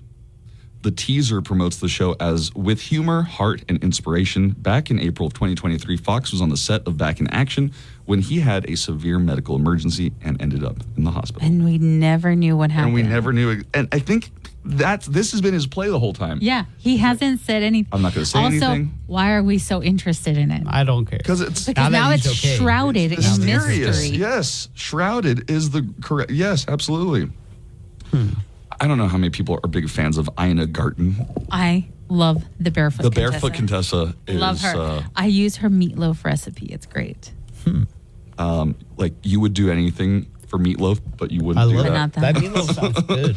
Her meatloaf is good. Okay. She makes really good need chicken an salad oven to recipe make too. that. Chicken salad. Anyways. she's great. I love her. Ina Garten is revealing she was abused by her father growing up. Oh no, Ina. That's not No. meatloaf related. Sorry. The celebrity chef opens up about the abuse in her upcoming memoir, Be Ready When the Luck Happens, which I love that title. Oh, I love her. a lot of people think that plans go like everybody's plan is to end up wherever they want, but like I think you just have to be ready when luck happens. That's a great title. That is right? a good title because then you get it and you're like, well, now what? Yeah. Well, Garden tells people that she was afraid of her father, who would hit her and pull her hair if she did anything wrong. She added, I literally remember thinking he would kill me. I was physically afraid of him, and my mother just was unsupportive. Oh, no. Garden says she ended up making peace with her father, however, later in life, which I guess that's a good I'm thing. sure Jeffrey helped her navigate all that trauma. Jeffrey, her husband, who she cooks for. Yes, she's always making something for Jeffrey. Yeah, and he's like, delicious. Yeah, Looks like he just got back from the office. Relationship goals. Only I want to be Jeffrey in the relationship. Somebody else cook for me. I'll cook for you, John. Thank you. A standoff at a Tim Hortons drive-thru in Toronto. Sorry, great segue. Right. Ended with a failed monster truck move. Whoa. Okay. Cops received a call about a driver in an allegedly stolen Ford Bronco pulling into the store's drive-thru. So, police blocked the exit. Sure. Of course. As one does. Well, one cop pulled a gun on the suspect. Yikes. And instead of getting out, the driver opted to attempt to drive over the other cars. I'm going to monster truck it. He tried to monster truck it. Gravedigger. Gravedigger. And how did that go? He got stuck and was then arrested. Luckily, nobody was injured. Just a couple. How many people do you think that have like those big trucks and they think like I could totally monster I could truck totally this. do it. Gravedigger style. I bet 100% of people with those big Broncos I think think like that. if I had a huge truck like that, I'd also be like, I bet I could do it. You would have like big D energy all the time. Big D energy. Thanks. That's what I needed to hear. Well, scientists are saying there is no link between cell phones and brain cancer. Oh, Thank good. God. Yeah. Nearly every single adult uses a cell phone in America, and some worry that the electromagnetic fields produced by mobile phones could cause cancer. But the World Health Organization says you can breathe a little easier. A team of 11 investigators from 10 countries, including the Australian government's Radiation Protection Authority, didn't even know that was a thing, sifted through 5,000 studies from several countries. They say as wireless technology has increased over the past 2 decades, there is no increase in the amount of brain tumors or evidence of any link to cancer. This is true even with people who have used cell phones for more than 10 years. Okay. Like Zach Morris with that huge. Do you know who Zach Morris is? No. Oh. Let me see. Saved by the Bell, right? Saved by the Bell. Did he have a cell phone? He had a cell phone. The preppy had a cell phone. Of course he did. Wow. And finally, all you art lovers out there who might have something stored in the house that you wonder if it might be worth anything, well, the home of one Maine resident found an original Rembrandt painting in the attic. Oh, I did see this story. And that Rembrandt painting has been sold for over $1 million. For sure. An appraiser from Thompson Place Auction Galleries in Maine says he found the 17th century portrait of a young girl during a house call. The appraiser said the portrait was in great condition despite its age. It's over 400 years old. Damn. And was mounted in a hand-carved gold frame. A label on the back of the frame said it was by original Dutch master. That's it. That's all it said. The gallery auctioned off the Rembrandt 2 weeks ago, and a private collector from Europe bought it for 1.4 mils. And with your news, I'm Nico. Dang. Thank you, Nico. When we come back, I'm going to tell you about that trend of the upside-down pineapple.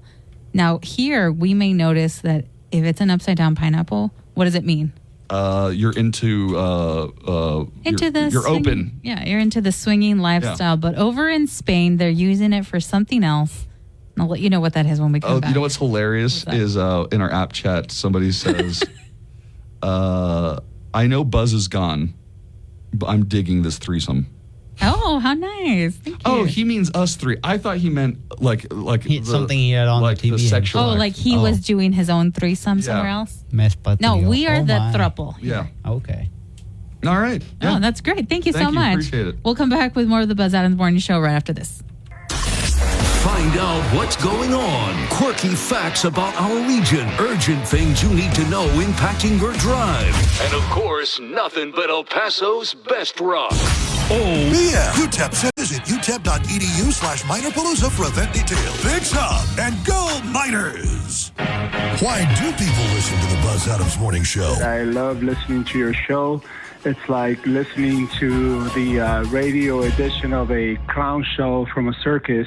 Thank you. Thank you so much. Now more of the greatest show on earth on 95.5 KLAQ.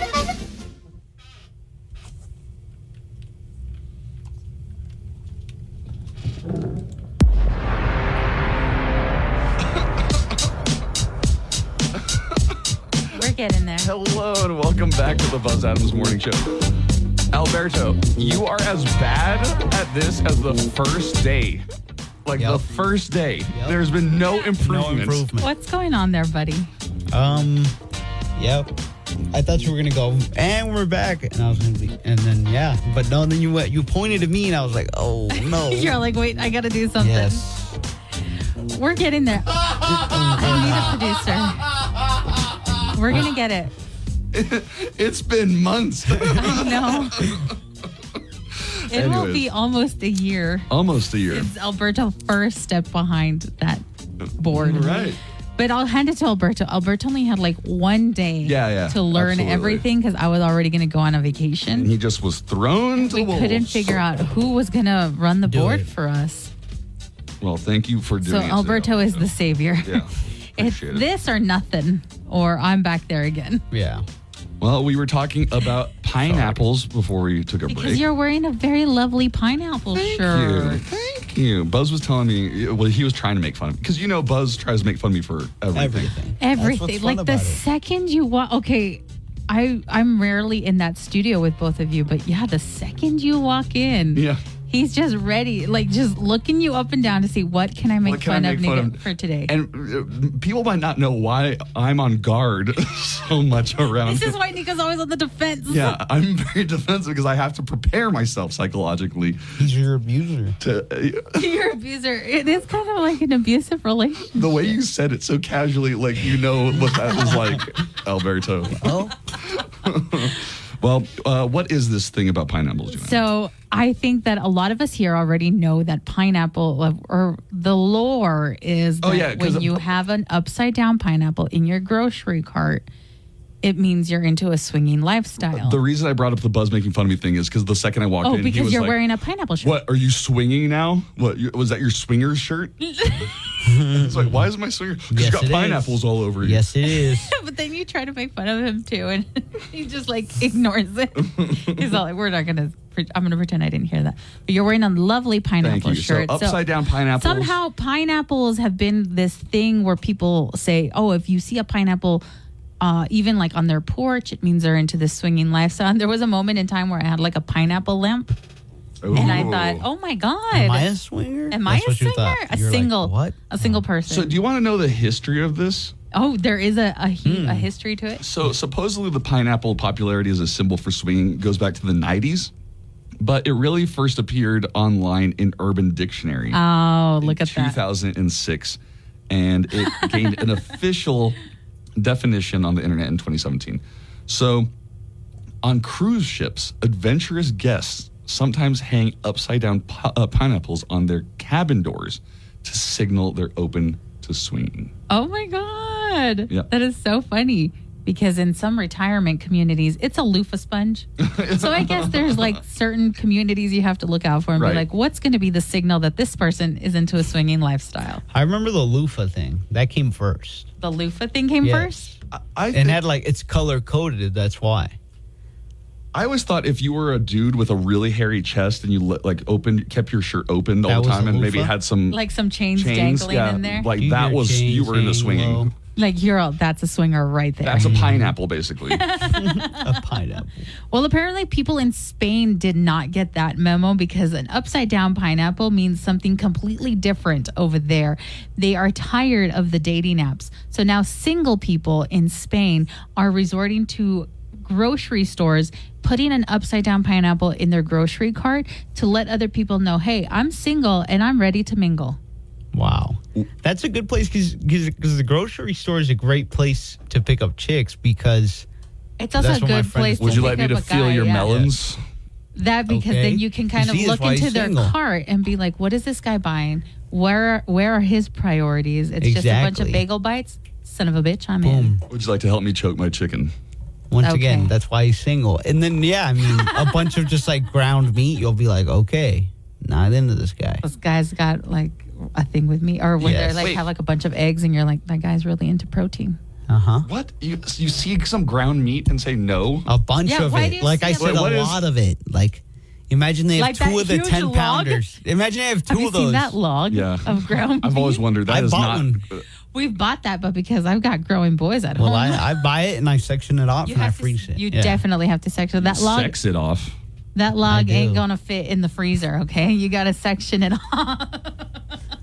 So an upside down pineapple in Spain is now means single, ready to mingle, but it's also causing chaos in their grocery stores because people are just flocking to the grocery store, putting an upside down pineapple. And then not buying it. But you know what? That's not such just a like bad thing. cruise in it. That's not such a bad thing because single people would fit in well with swingers, right? I guess so, right? Some of them, but I guess that's not the some point swingers- because they're wasting the pineapple IRL in real life. The swingers are probably like, hey, that's my pineapple. The swingers just use it as But a they're not a using it symbol. that way in Spain. They're not using it as a signal to I'm a swinger. They're using it You as know what we're talking about, right, Yes, Alberto? yes. Yes. they're I using don't it know. as a hey, I'm single.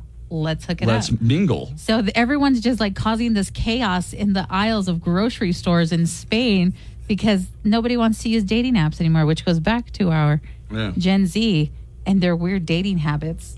I don't need Tinder when I've got I got pineapple. Albertsons Albertsons. and Kroger. What if There's no Kroger here. like what if I don't buy the pineapple but I get the one that already comes sliced? Do I have to put the container upside down? It's just so That's dumb. going to make it leak. What? Oh, she's in I'm the Oh, that's kinky. I like it sliced already, okay? Oh, wow. Also, like at Sam's, they have pineapple spears that are in coconut water. It's Guys, got a load delicious. of this chick. I didn't know that. Delicious. She's willing to do anything. God, Get she me a sliced her pineapple. Get me a pineapple. Do you like it in spears or like in the rings? I like it in the rings if I'm going to make burgers. Oh, look You at know? you, a Hawaiian burger. Boom. Una Hawaiiana. Boom. It does sound good right now. I'm just hungry. That steaks and lobsters. You from really want to Bucks go to Bucks? Yeah, it does have. Well, me the like, guys invited us to Bucks. Bucks. You guys want to go to Bucks? It's the steak and lobster that I Let's can't say take no this to. throuple to Bucks. Bucks. But no, at yeah, I Nico's mean, face. what about watermelon? Would that work? What does Right, what watermelon if I can't mean? find a pineapple? Watermelon means I'm in a situationship, Yeah, but I'm also open but to I'm dating, open to so see what's up. it's not really heading anywhere. So exactly, Yeah, wow let's me, start come assigning wow me. fruits to our relationship Listen to you two. status. What? Talking about melons. Melons. And what type of relation status that signifies. Watermelon now means So single situationship. is pineapple. Watermelon is situationship. Situationship. What's I'm taken? What unequivocally gives I'm taken? Like a star, a dragon. A fruit? dragon fruit? What do you think, Nico? Your rush to get out of there. I can't talk right now. I got to get home to my wife. Bitch, get out of here. All righty. I think that was sufficiently enough talking. Let's get into a best of clip here. What did I highlight, Alberto? Star Wars trivia. Oh, Star Wars trivia. So I was thinking we do Star Wars trivia. Joanna's going to be the game master. Okay. Yeah. And how about for everyone we get right, we get a point, and then at the end of it, whoever has more points gets to swat the other one by how many points they won by. So say if I get one right over you, I get to give you one swat. I'm not doing swats with you. Let me swat your backside, all right? The loser doesn't. Yeah, that's what he said earlier. He was like, "Oh, you get your calves swatted." I thought you were going to smack each other in the face with one. That's funnier, Okay, at least. So I can smack. I mean, if I win, Because I can I- smack you in the face. Yeah. See, the lightsaber is long enough to reach. Let me swat you. Let's do little swats in the back. I want to see marks of lightsabers on your cheeks, you guys. This whole week is a bunch of hitting each other for things.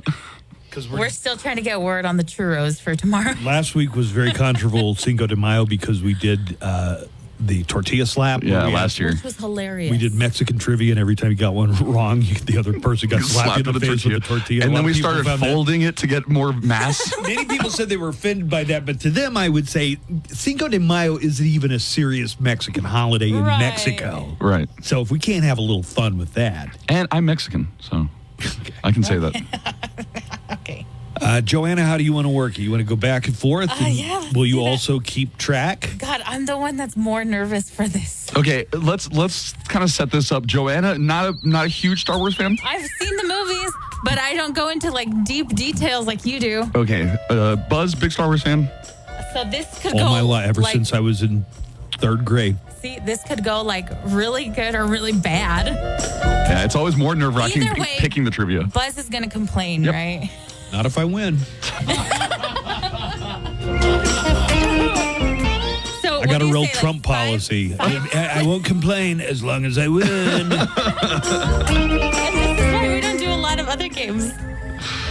Is that the reason? Oh Yeah. So you guys want to do what? 5 each? Yeah. Yeah, you got enough for 5 each? Yes. All right, let's do it. I learned a lot about Star Wars, by the way, yesterday that I was coming up with these because I had to like fact check and make sure they were really Deep correct. dive into some of it. Yes. I didn't know that. All right, who wants to go first? I got old Red here standing by. Old it's a Red? Sith lightsaber. All right, why doesn't old Red go Nico first? doesn't have a lightsaber Yeah, he with does. him. He does, but the sound chip is burned out or something on it. You brought him the crappy one. One that It doesn't just- even make noise. It doesn't, but it did at one point. God, remind me to take a picture of you guys later for our Instagram. It's okay because I got Luke's blue one. I have a little keychain one. Or is this Obi-Wan Luke Kenobi's? doesn't have a blue one. Luke has a green one. Well, he had a blue. Look, His purple. father's was. You got Samuel L. Jackson's. No, Samuel L. Jackson's purple. It looks kind of purple from here. You need to get your eyes checked. All right, who's going first? I'll go first. Okay. Buzz, Yes. what is the rule of 2? The rule. There can be only 2. A master and an apprentice.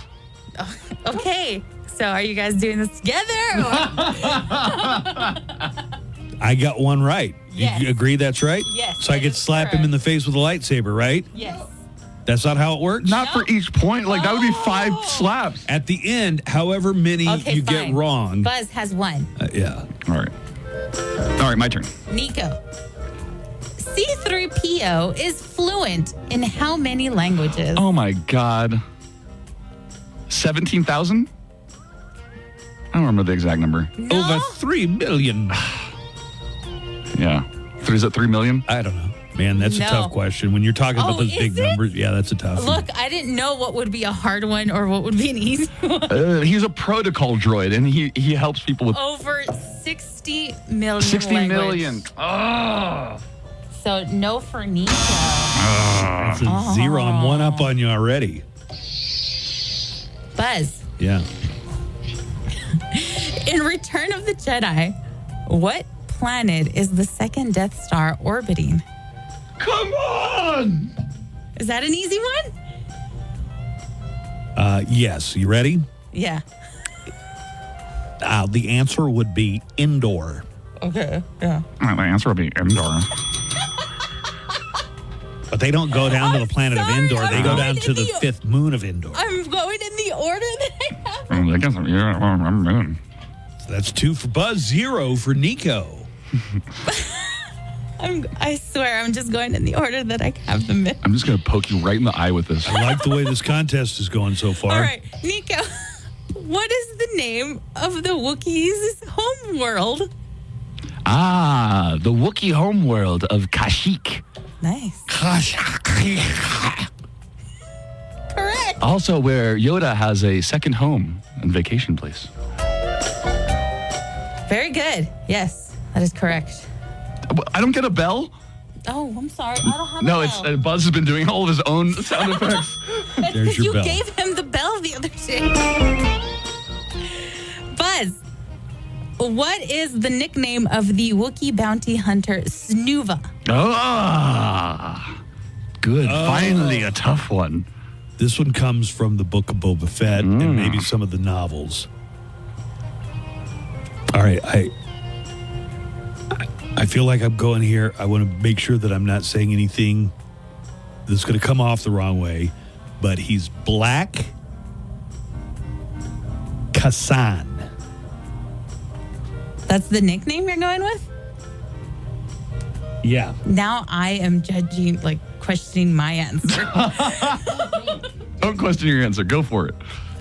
The answer I have is the Furry Bandit. Yeah, good job. Wrong. Oh, wrong. I've never heard of the Furry Bandit. I've never heard that. Well, obviously, your Star Wars knowledge do, like, a lot of deep diving into that one, all right? It's Furry Bandit. That never appeared in any of the movies, and I'm not so much of a dork that I read the books. What about the Book of Boba Fett?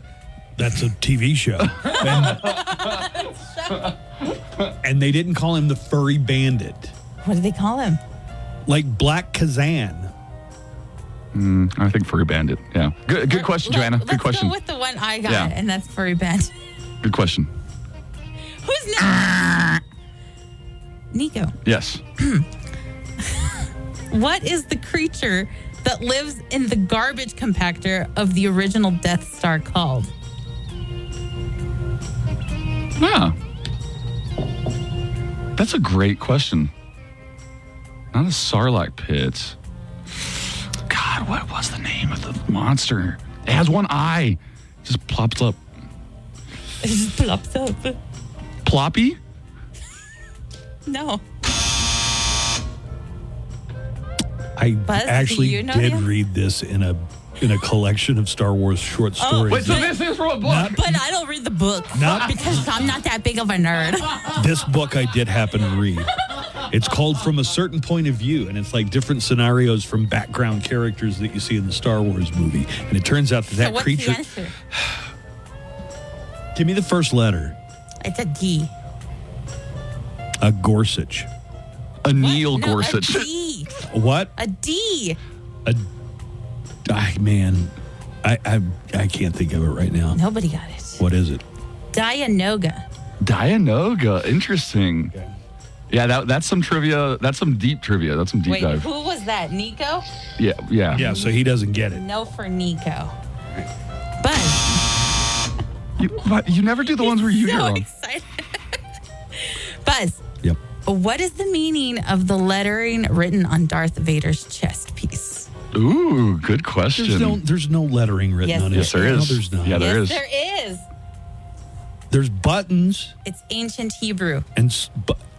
First of all, they don't have ancient Hebrew in Star Wars. It's a galaxy far, far away. That's anti-Semitic. You can't say there are no Jews in the galaxy far, far I didn't away. say there were no Jews. I'm saying it's in a totally different galaxy, so why would there be Hebrew anything in it? Nerd, answer up, all right? God, can you just tell me where you got these questions? Yes, I Googled a bunch of Star Wars trivia.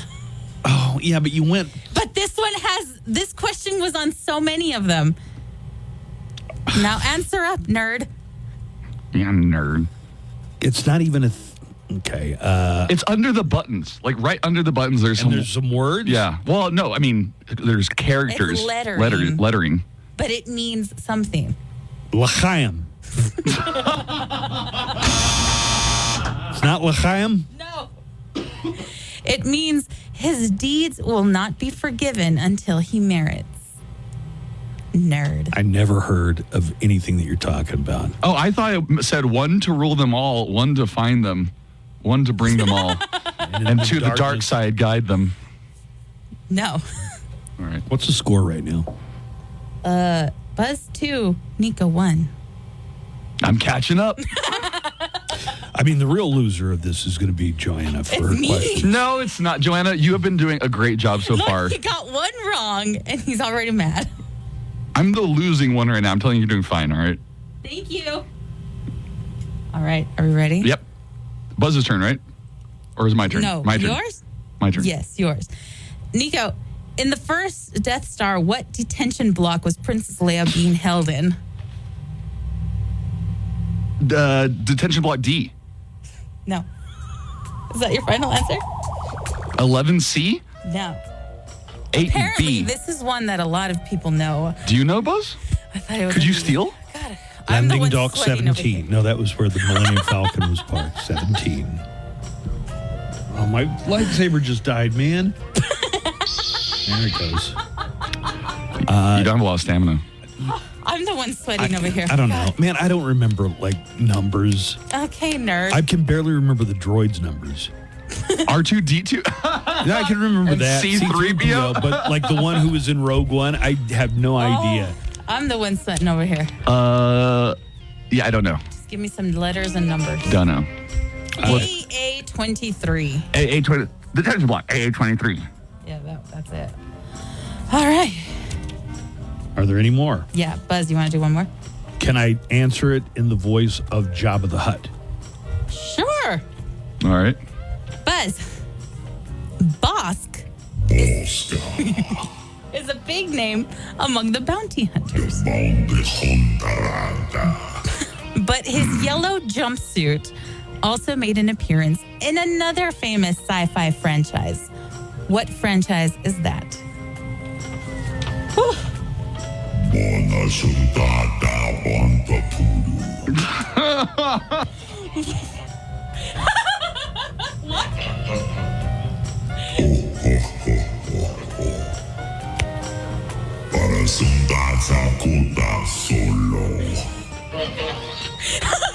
That's too good. That's a really good impression. Was that an answer? What's your final answer? He's having more fun playing Java. He is.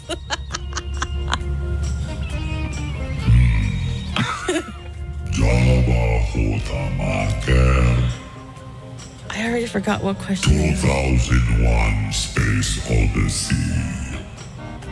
Is that your final answer? Wrong. Oh. Doctor Who was the answer. Oh. Wait, did you say a movie? I said sci-fi franchise, Yeah, she did. not necessarily a movie. So, Your questions are not great. This was bound to happen, Joanna. I expected that. There was no way of avoiding How many it. more questions do we have? Let's do one more for Nico. Yeah. Nico. Which of the main characters originates from the planet Corellia? Oh, come on. That would be Han Solo. Nice! You guys are tied. We're tied. And I don't have another one. So nobody gets smacked? I have one. I All have an right. extra question. All right, then Whoever answers it first. Okay, this is going to decide it. All the marbles. Are we ready? Yep.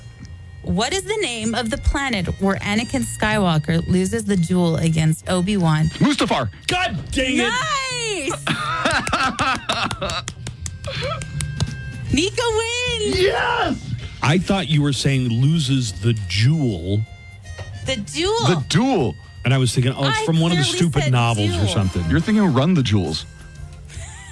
Yeah, Mustafar is correct. I think I should get one question to end it in a tie. I don't have another question. Yeah. Games Give me another work. question. I have one. Okay, go. I don't. Give me one more. Just something you know. I don't know. I get to hit you on the head now. You just don't want to be hit. All right, here, hit me with the one that makes noise at least.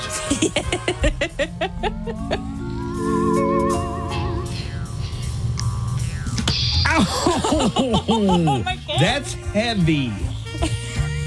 You just hear a big old thunk. Boys.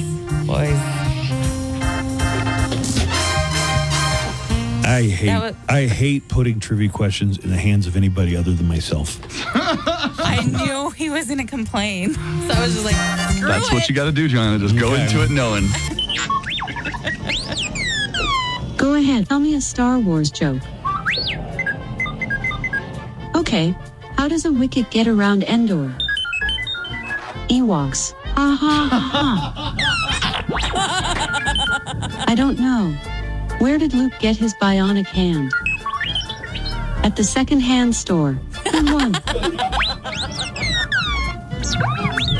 I give up. Which computer program do Jedi use to open PDF files? Adobe. 1. Kenobi. Thanks, R. And may the 4th be with you too. I'm Daniel Paulus, and whether you're wrapping up your workday, 8 is 21 Rock's Facebook for more info on El Paso's biggest Dallas Cowboys tailgate party with Ed Too Tall Jones. Live from the KLAQ studios, the Buzz Adams Morning Show. Courtesy of Glasheen, Vyas, and Enderman Personal Injury Lawyers at GVILaw.com. Jessica Biel talked about eating in the shower, and people responded telling her it's gross. And it sounds like she's firing back about that. Oh, man. How do I just get to the video? God. She's talking about eating in the shower and that it's one of her great pleasures. Coffee, your espresso, whatever it is you're enjoying, but I like to take a bite or a sip and put it on the ledge. And then you do your thing you want. What? Take a bite or a sip. Let me see if I can get it back to the beginning of her talking, okay? Okay. Really helpful. Something that you can stick your cup, your yogurt container, your coffee, your espresso, whatever it is you're enjoying. But I like to take a bite or a sip and put it on the ledge. And then, you do your thing. You wash your hair, keep the soap out. That's a big deal. It's pretty simple, guys. You can do this. Find it deeply satisfying.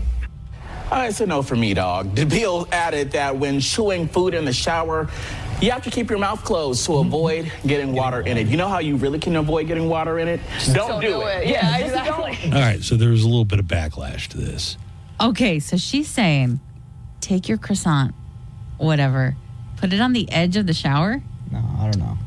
I don't know if I could get behind that. Yeah. It could I be can't endorse mold. that. Soggy food. I mean, I depending. have this weird thing, like, I don't want food or drink in the bathroom. at all, yeah. Yeah, that's weird. I've heard of shower beers, but I've heard of shower beers. But a full Yeah. meal? Shower beers work great. I'm not recommending it. I mean, it is a sign that you're one step closer to full-blown alcoholism, I feel like. But a shower beer, let's see what are you willing to admit to? If anybody wants to call in, too. Actually, it'd be easier if you called the neckline. Yeah. A shower beer.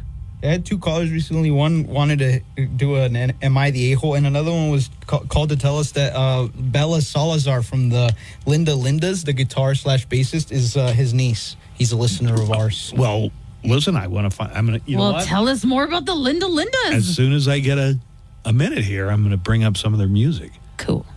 I don't think shower beers are all that unusual. I've heard a lot about shower beer. Shower I've heard smoke. somebody say a shower joint. Yeah. That was floated around. Yeah. Who did you hear say that, Joanna? I don't want to reveal who it was. All right. But let me tell Alberto.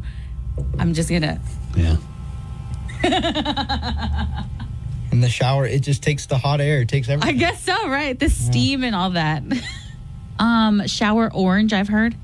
What's another weird one? Somebody just peels an orange in the shower. What do you do with the orange peels? Right? They're stomping them down the drain. Jessica must have seen an episode of Seinfeld when Kramer was cooking in the shower, washing his clothes.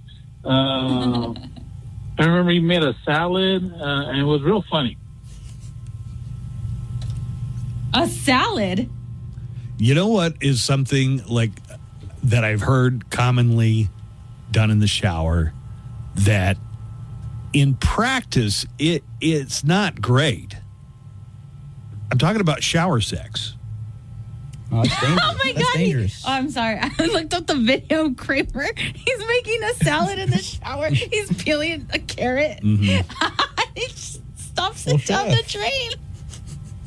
That's hilarious. Yeah, shower sex. Go back to that, Buzz.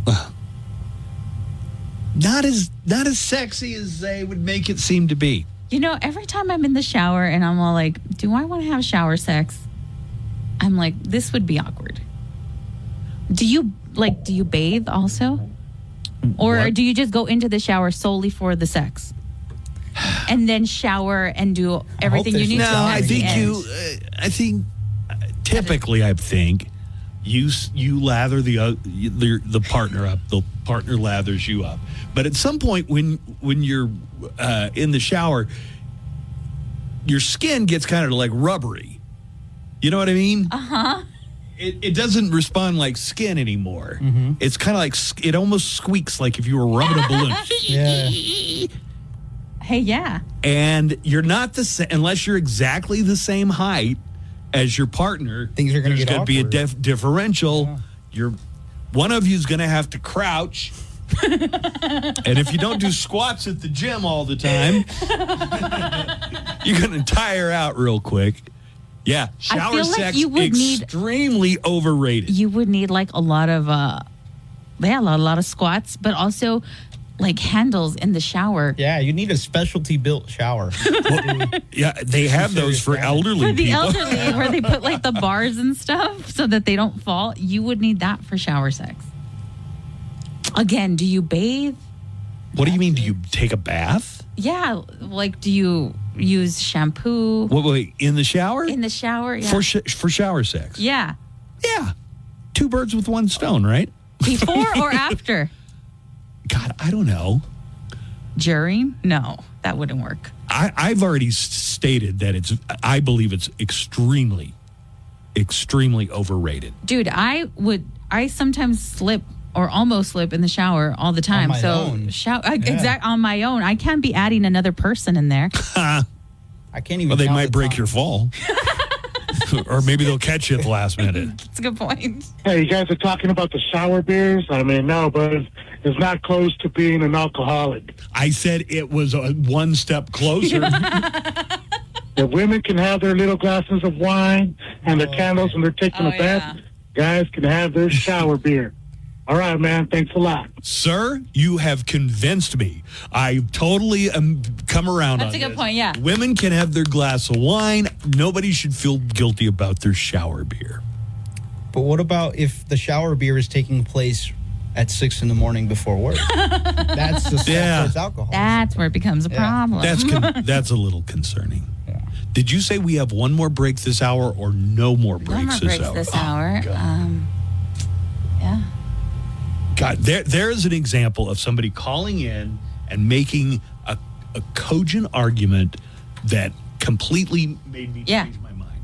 Right. I'm gonna have my shower beers, my and shower wine. beer and my shower my shower beer without any guilt whatsoever.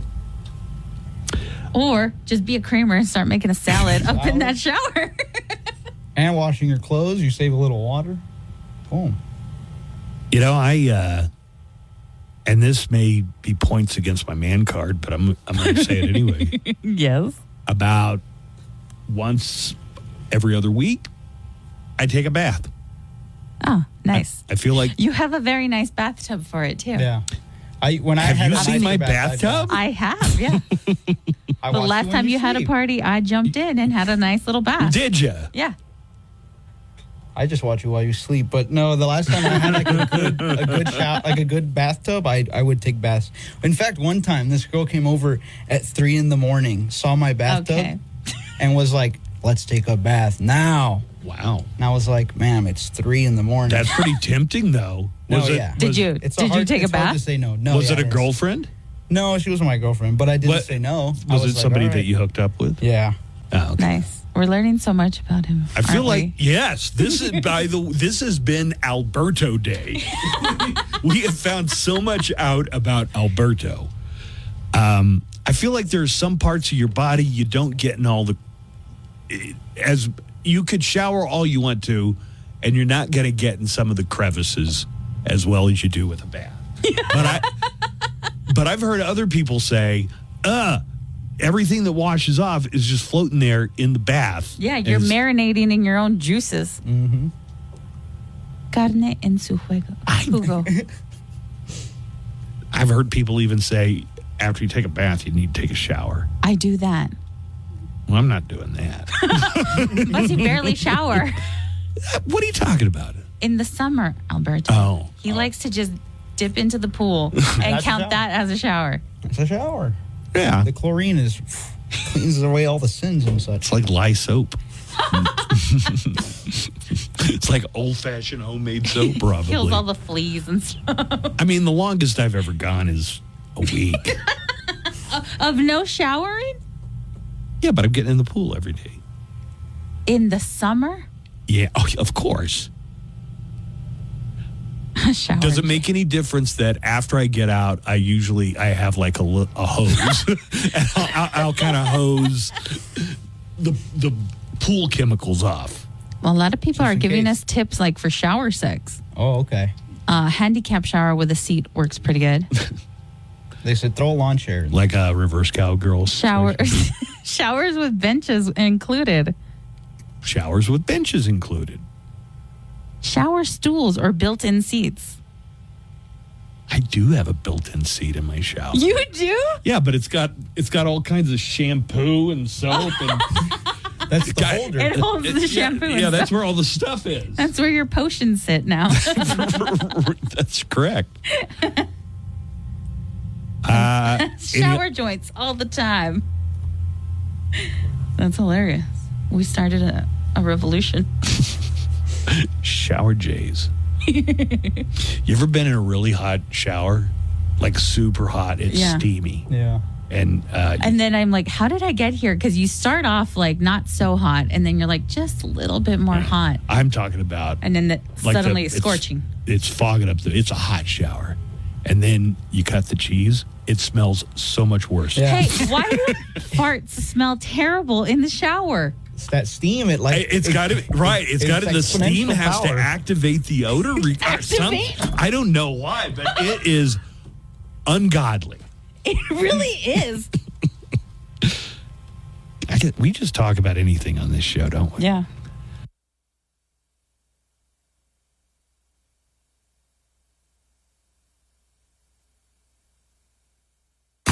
What did I miss?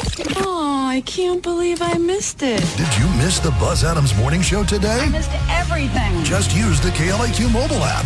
That way you can listen to Buzz on demand.